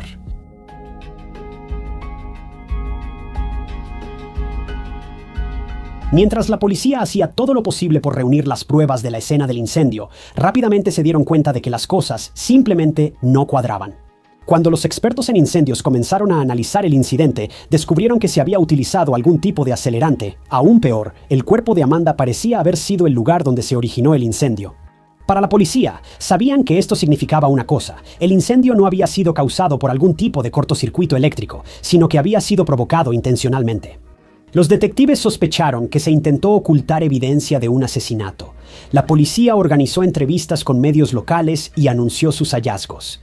ofreciendo una recompensa de más de $40,000 por información que llevara al arresto de la persona que cometió este crimen. A pesar de la gran recompensa, nunca se recibió una pista que llevara a capturar al sospechoso. La policía pasó semanas buscando cada centímetro cuadrado de la propiedad en busca de la más mínima pista, pero una y otra vez no encontraron nada. Pero después de unas 3 semanas de búsqueda, una mujer que vivía hasta California llamó para dar una pista. La mujer, que nunca ha sido identificada, fue muy directa. En sus declaraciones afirmó que sabía con certeza que Rachel Pittman, la niñera de 17 años, era la responsable del asesinato. No sabemos por qué ella creía esto, ni por qué estaba tan segura, pero la policía no tomó la pista en serio. Ahora, muchas personas pueden apresurarse a culpar a los investigadores por esto, pero en realidad hay que admitir que la pista parece bastante extraña. Al final, Rachel era una niña y amiga cercana de la familia. Pero más que nada, ¿cómo podría alguien en California tener información tan pertinente sobre un crimen que se cometió en Texas? Bueno, con el paso de las semanas, la policía hizo todo lo posible por seguir casi todas las pistas que recibieron, pero nunca lograron hablar con Rachel. Los oficiales consideraron la pista de baja prioridad y pensaron que sería más útil investigar a otros sospechosos. Pasarían 3 meses antes de que la policía se acercara a localizar a la persona responsable de este desastre. Durante este tiempo, se habían añadido otros $100,000 a la recompensa por información. Y muy pronto recibirían una llamada que le daría un giro total al caso.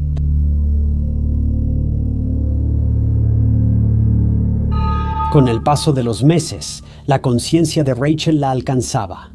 El pasado siempre encuentra la manera de alcanzarte, y para Rachel, la culpa se estaba volviendo más de lo que podía soportar. Un día, Rachel estaba en la casa de su madre. No conocemos los detalles de su conversación, pero la madre de Rachel notó que algo la molestaba. Después de hablar durante unos minutos, Rachel finalmente se sinceró y confesó lo que había sucedido. Le contó todo a su madre. Rachel confesó abiertamente el crimen, pero aquí es donde las cosas se vuelven realmente increíbles.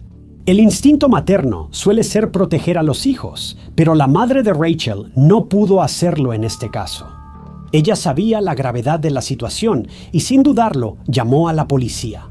El oficial que respondió la llamada recuerda a la madre de Rachel llorando de dolor al contar lo que su hija le confesó. Curiosamente, al presentar una pista como esta, la madre de Rachel habría sido elegible para recibir la recompensa de $140,000 que se había establecido, pero incluso llegó a rechazar el dinero. Ahora no sé nada sobre el tipo de persona que es la madre de Rachel, pero este acto por sí solo demuestra que debía ser una persona de carácter. Es muchísimo dinero como para simplemente rechazarlo.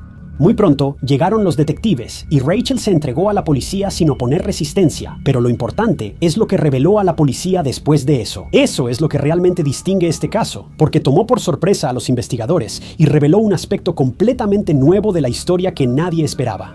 Cuando Rachel estuvo bajo custodia policial, confesó todo, revelando hasta el último detalle de lo que había sucedido ese día. En 2011, explicó que había estado hablando con Tanya y que Tanya le había pedido que acabara con la vida de Amanda. Más específicamente, Rachel afirmó que Tanya le pidió que acabara con la vida de Amanda, pero que debía hacerlo cuando los niños no estuvieran en casa, ya que no había necesidad de que ellos se vieran involucrados en el crimen. Rachel afirma que la petición de Tanya sonaba urgente, y mientras más hablaban, más sentía Rachel que este crimen era una situación de ahora o nunca. Así que decidió seguir adelante con el crimen sin esperar a que los niños se fueran, lo que resultó en que toda la familia perdiera la vida. Aunque esto explica la mayor parte de la historia, no explica un detalle importante. Si Rachel simplemente acabó con la vida de la familia, entonces, ¿cómo se desató un incendio? Bueno, todo el crimen fue premeditado de principio a fin.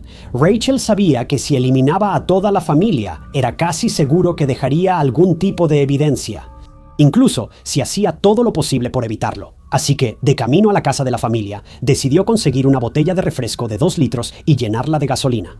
Tras cometer la peor parte del crimen, tomó la botella, roció combustible a las víctimas y prendió fuego a la casa, eliminando prácticamente cualquier evidencia que pudiera haber dejado atrás. Pero hay una parte del crimen que Raquel no anticipó.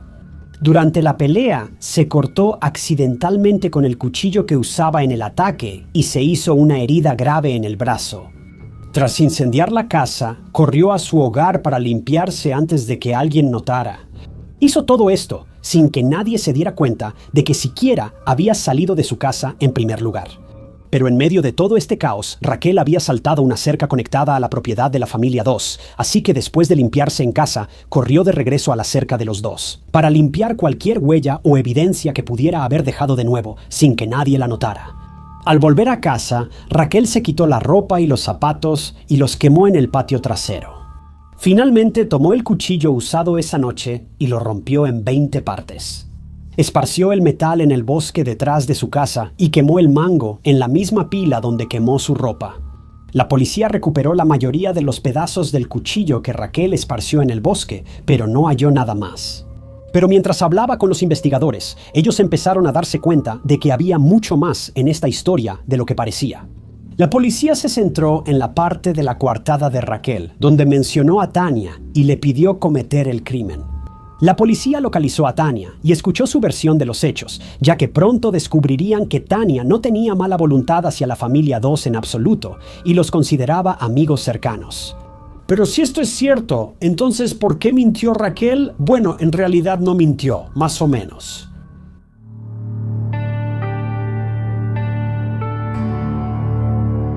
Cuando alguien comete un crimen de esta magnitud, la policía normalmente envía a la persona a un análisis de salud mental para determinar si puede estar sufriendo algún tipo de trastorno mental. En el caso de Raquel, los investigadores quedaron sorprendidos por los informes que recibieron de varias investigaciones psiquiátricas. Uno de los profesionales creía que Raquel había estado sufriendo de una forma de esquizofrenia paranoide. Creían que, de alguna manera, Raquel había estado diciendo la verdad sobre Tania. Verás, Raquel realmente creía que Tania le había pedido que se deshiciera de Amanda 2, pero esto simplemente no sucedió. Según el psiquiatra, la conversación que Raquel tuvo con Tania no fue más que un delirio retorcido. Aunque Amanda y Raquel hablaron poco antes de la muerte de Amanda, su conversación no tuvo relación con que Raquel le quitara la vida. El psiquiatra cree que la propia mente de Raquel fue capaz de convertir una conversación ordinaria en una petición de asesinato. Esto exoneró a Tania de cualquier implicación, pero muchos se preguntan si también exoneró a Raquel. Ahora, obviamente, Raquel fue quien cometió el crimen, pero si no estaba en su sano juicio, ¿realmente podría ser considerada responsable de una tragedia así? Bueno, según un psiquiatra, Raquel sabía que lo que estaba haciendo era moralmente incorrecto. Ella sabía que quitarle la vida a alguien estaba, pues, mal. El hecho de que aprovechó cada oportunidad para ocultar su participación lo demostró. Pero el doctor cree que Raquel sentía que era su única opción y, en esencia, que era lo correcto por alguna razón.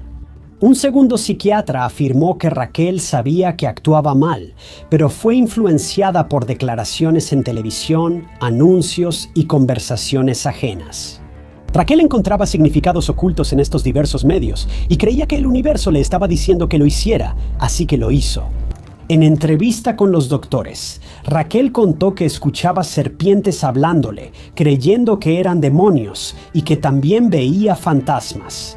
Después mencionó haber visto una nube rosa donde creía que estaban las almas de sus 3 víctimas. Los doctores afirmaron que Raquel solo decidió entregarse después de comprometerse más profundamente con su religión, presumiblemente en un intento de alejar a estos supuestos demonios. Como era de esperarse, el equipo de defensa de Raquel quería declarar demencia, y si sus doctores tienen razón, ¿quién los culparía? Raquel ha mostrado todos los posibles signos de enfermedad mental y el crimen claramente parece haber sido cometido mientras Raquel enfrentaba serios problemas mentales. Pero al final, por razones que simplemente no logro entender, Raquel decidió declararse culpable de los cargos que se le imputaron. Por su edad, Raquel fue enviada a un centro de detención juvenil, pero lamentablemente las cosas solo empeoraron para ella. Su comportamiento tras las rejas preocupó mucho al personal del centro correccional. Dicen que ella desarrolló un grupo de seguidores tipo secta tras las rejas y que fue muy irrespetuosa con los miembros del personal. A menudo hablaba con sus amigas y seguidores sobre el perdón de Dios, pero lo hacía de una manera retorcida y distorsionada. Aunque aparentaba ser una persona tranquila y serena, la más mínima mención de que había hecho algo malo hacía que se volviera fría y distante. Desde su encarcelamiento, el comportamiento de Rachel ha sido realmente terrible.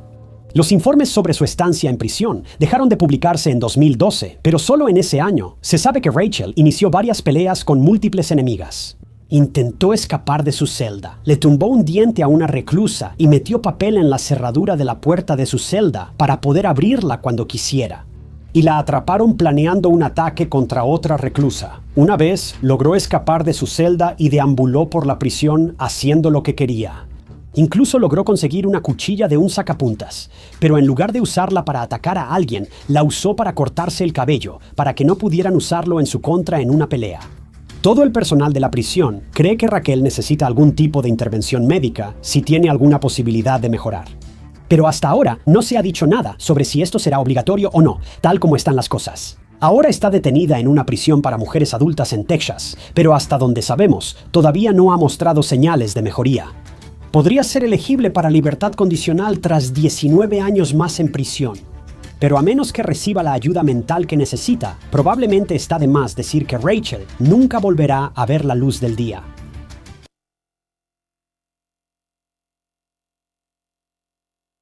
¿Cuál es el momento perfecto para que una relación se vuelva oficial?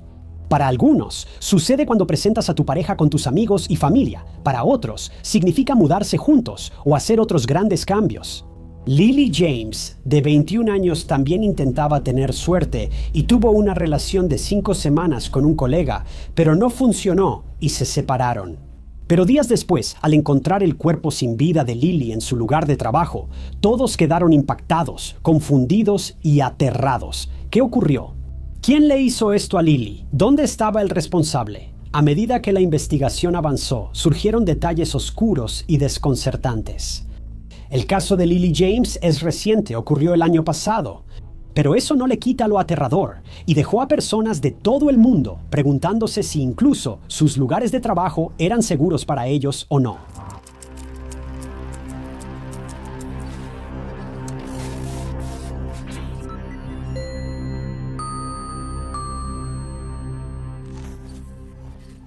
Bienvenidos a Historias de Crímenes Reales. Soy Ty Knotts, tu anfitrión. Subo documentales de crímenes reales cada semana, sin drama, solo hechos. Si te interesa, suscríbete.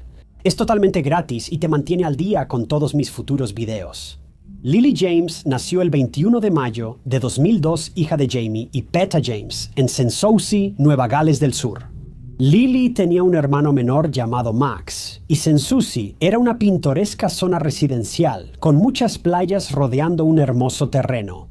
Este fue el suburbio donde Lily abrió los ojos y encajó con el pueblo. Como Sensusi, Lily era vibrante, enérgica, independiente y sobresalía. Asistió a la escuela anglicana de niñas Dane Bank y se graduó en 2020. Al elegir carrera, Lily sabía qué quería. Se inscribió en la Universidad de Tecnología en Sydney y estudió negocios deportivos. Mira, algo sobre Lily es que le gustaba tener la agenda llena. Disfrutaba los deportes, bailar, actuar y convivir con su familia y amigos. Además, era entrenadora de waterpolo en la Escuela Catedral de San Andrés, un deporte tradicional en la familia James. El papá de Lily también era entrenador de waterpolo y ella solo quería seguir sus pasos. Lily amaba este trabajo y, según sus estudiantes, ellos también la querían como entrenadora de waterpolo. Pero Lily nunca se habría imaginado que este trabajo soñado también sería el último de su vida.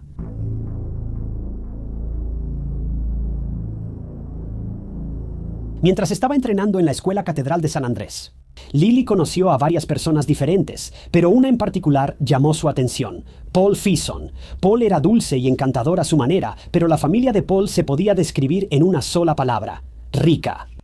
Los padres de Paul eran figuras importantes en el mundo corporativo y vivían con muchos privilegios. A pesar de sus trabajos exigentes y horarios locos, los padres de Paul le daban todo el amor y atención que necesitaba. Paul era muy querido por sus padres y lo describían como sereno, tranquilo y divertido. En 2015 estudió en la Escuela Catedral de San Andrés. Luego fue capitán de deportes y parte del equipo de liderazgo escolar. Además, trabajó como entrenador de cricket y hockey y coordinador fuera de horario en la Escuela Catedral de San Andrés. También figuraba como entrenador de hockey en el Colegio San Vicente en Potts Point. Y por si eso fuera poco, Pablo también estaba inscrito en un programa de maestría en enseñanza y tenía la esperanza de convertirse en profesor de educación física. No hace falta decir que, al igual que Lily, Pablo era un tipo muy ocupado. Durante el caso, Pablo vivía en una casa adosada con 3 personas, según sus compañeros. Pablo era una persona tranquila, no interactuaba con mucha gente y la mayoría del tiempo se mantenía al margen. Pablo y Lily se conocieron en St. Andrews y tras una amistad inicial, pronto iniciaron una relación romántica. Hasta septiembre de 2023, según los amigos de Lily, ella no quería nada serio y solo buscaba algunas reuniones casuales. Aparentemente Pablo también pensaba lo mismo. La relación de Lily y Pablo también fue secreta al principio, ya que Lily no quería que se esparcieran rumores en la escuela. Ya que es seguro decir que un romance sin compromiso no sería la mejor imagen para una escuela cristiana si llegara a saberse.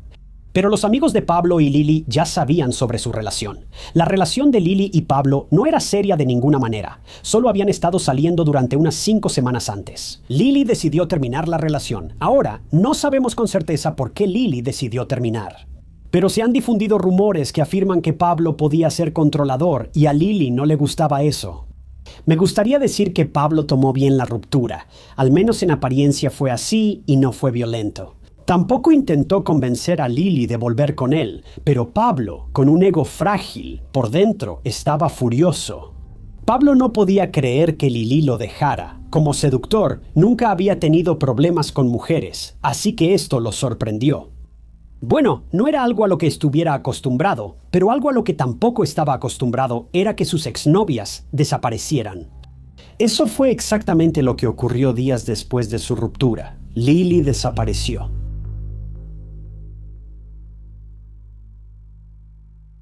El 25 de octubre de 2023, Lily desayunó y convivió con sus padres viendo televisión.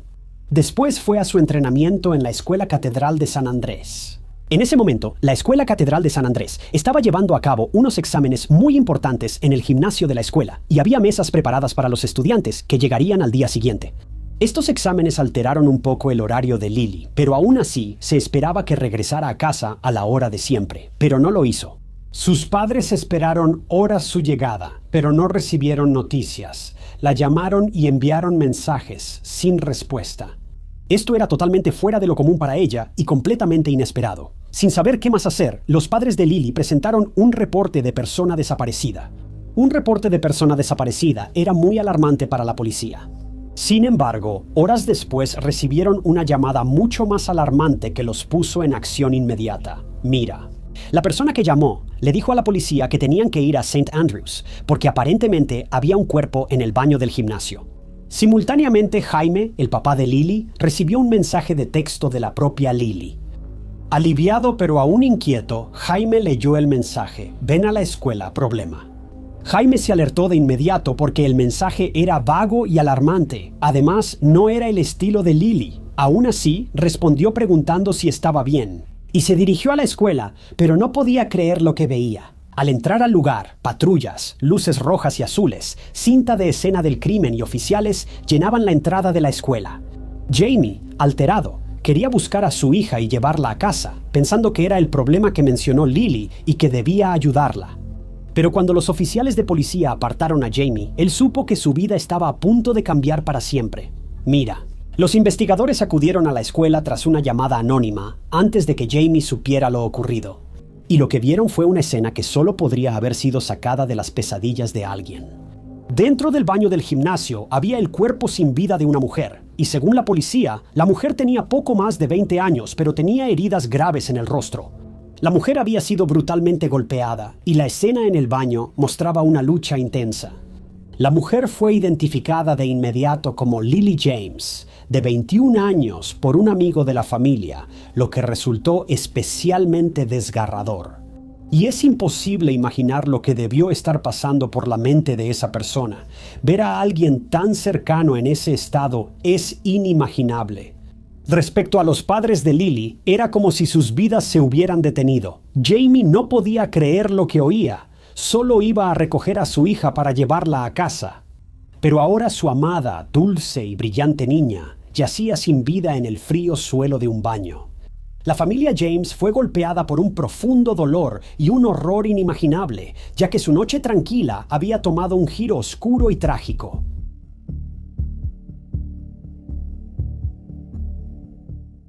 Este caso fue noticia de portada para todos en Nueva Gales del Sur. Normalmente, los crímenes en zonas remotas, oscuras y poco frecuentadas son comprensibles, pero en una escuela de alto prestigio era algo inaudito. Sorprendentemente, no había seguridad nocturna en la escuela, lo cual es increíble para una escuela privada tan cara. Uno pensaría que una escuela con 1,450 alumnos, con cuotas muy altas de entre $23 y $41,000 al año por alumno, podrían costear seguridad nocturna. Pero tras el trágico fallecimiento de Lily, se inició una investigación de inmediato, pero los investigadores no tuvieron que buscar mucho para descubrir quién le quitó la vida a Lily. Un nombre surgía al hablar con la familia y amigos de Lily, quienes seguían impactados por su repentina muerte.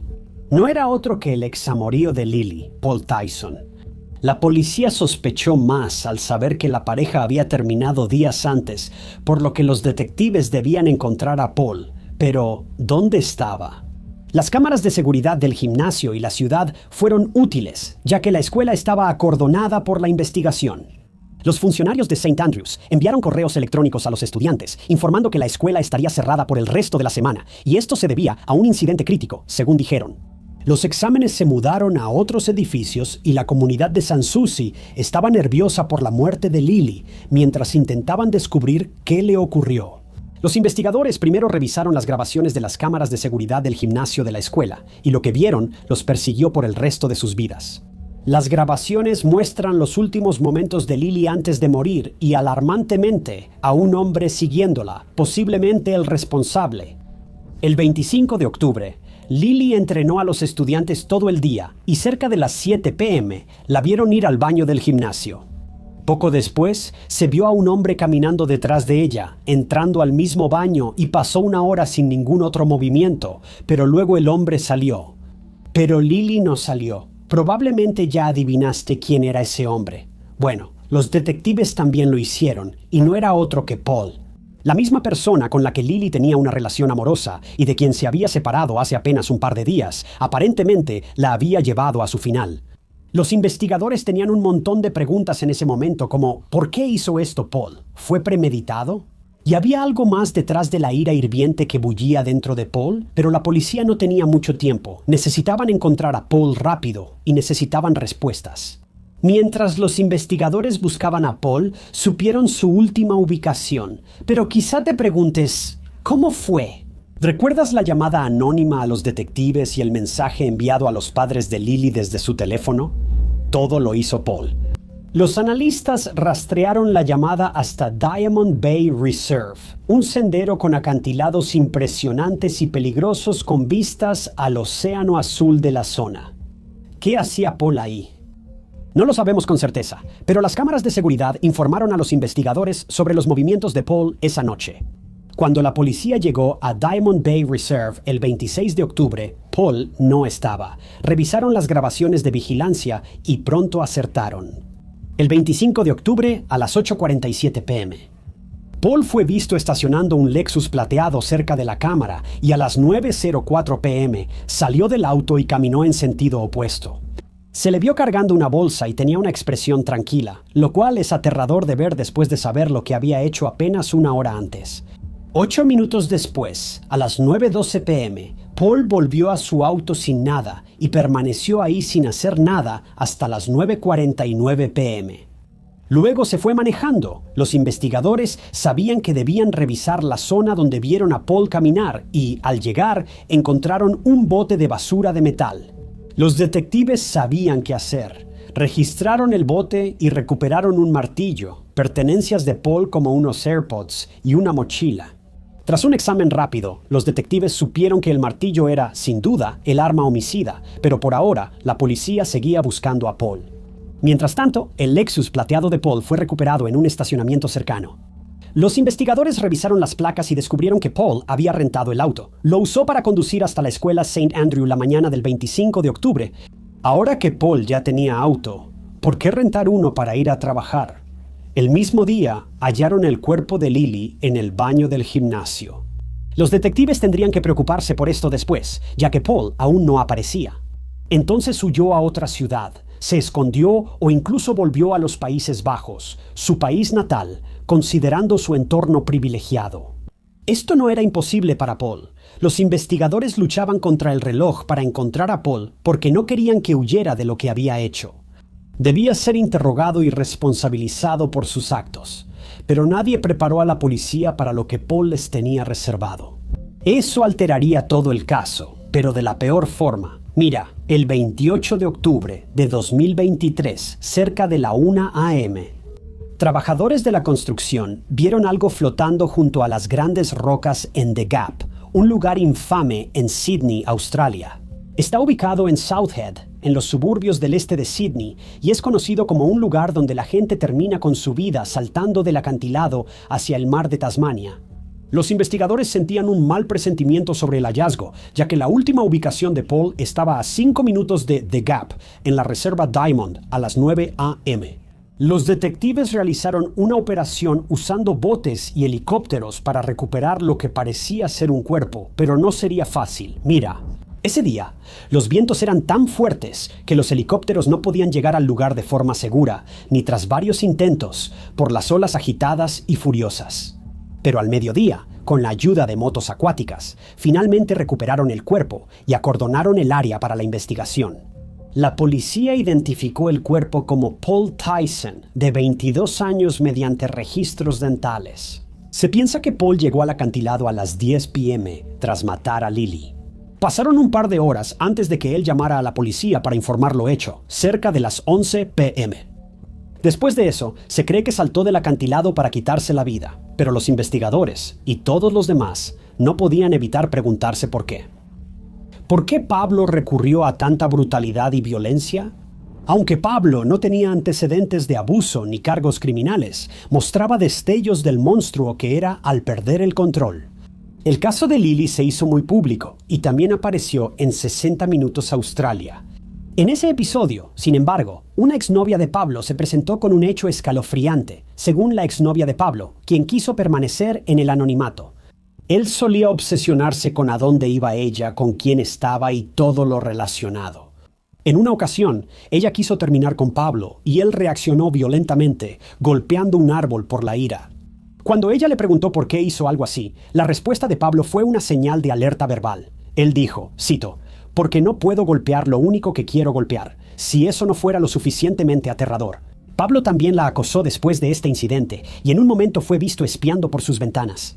Una vez que la exnovia se dio cuenta de esto y gritó, su papá procedió a ahuyentar a Pablo con un bate de cricket. Así que está bastante claro que Pablo estaba ocultando algo muy monstruoso detrás de su fachada atractiva, y se le escapó una vez que supo que las cosas estaban fuera de su control. Los detectives también investigaron si el ataque a Lily fue premeditado o no, y una vez que profundizaron, su respuesta estaba justo ahí. ¿Recuerdas el martillo usado con Lily? Los investigadores hallaron que Pablo lo compró en una ferretería cerca de su casa. Pocos días antes del ataque a Lily, que fue en esa época, Lily terminó con él. También el auto que rentó refleja el estado mental de Pablo. Según el psicólogo criminal Tim Watson Monroe, Pablo tenía la mente clara cuando rentó el auto. Compró un martillo unos días antes del brutal ataque y luego intentó cubrir sus huellas, porque tenía una intención malvada y clara de acabar con la vida de Lily. Se dice que cuando Lily dejó a Pablo, él perdió el control sobre ella y buscó vengarse aún más. Pablo siempre lograba lo que quería, y al ver que Lily se resistía, supo que estaba al límite. Sin embargo, todo esto son solo suposiciones y especulación. Realmente no sabemos qué pasaba por la mente de Pablo en ese momento antes del ataque, pero las intenciones y el proceso de pensamiento de Pablo parecen bastante claros. Pero además, enviar mensajes a los padres de Lily para que fueran al lugar donde hallaron a su hija muerta es una crueldad distinta. Si me lo preguntas, no puedes evitar pensar si Pablo hizo esto solo para atormentar a la familia de Lily, aunque es solo especulación. Pero si es cierto, entonces Pablo es el peor tipo de maldad. Exponer a un padre preocupado y aterrorizado a una escena tan horrible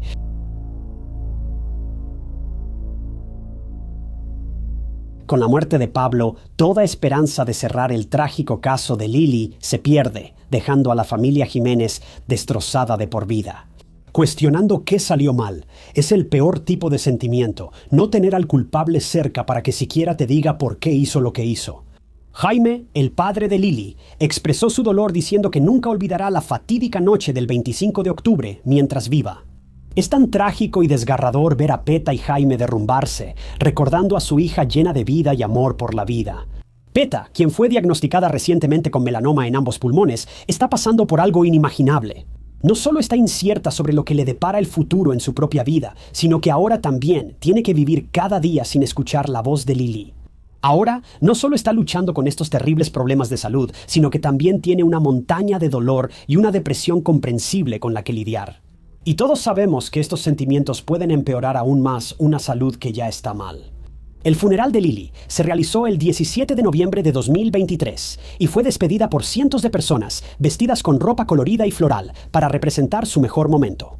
Todos recordaron a Lily como una joven vibrante y asombrosa cuya vida fue truncada abruptamente. Jaime y Peta recuerdan a Lily y los momentos felices juntos. Ya sea una caminata en el parque, un paseo por la orilla o incluso en su casa, Lily está en todas partes. El papá de Lily, Jaime, vive con el corazón pesado. Puede sentir la ira y el enojo que tiene hacia Paul porque se niega incluso a llamarlo por su nombre y solo lo llama un monstruo malvado. Aunque esa tristeza y enojo nunca desaparecerán, la familia James ha decidido darle un buen uso y ahora están abogando por una mayor seguridad en las relaciones. La cosa es que Lily no tenía que perder la vida, eso ni siquiera se tiene que decir, pero el hecho es que perdió la vida literalmente sin ninguna razón. Eso es lo que más duele de esta situación. Porque el ego frágil y la inestabilidad emocional de un hombre hicieron que dos familias se quedaran con una silla vacía más en la mesa durante la cena. Y eso simplemente no está bien.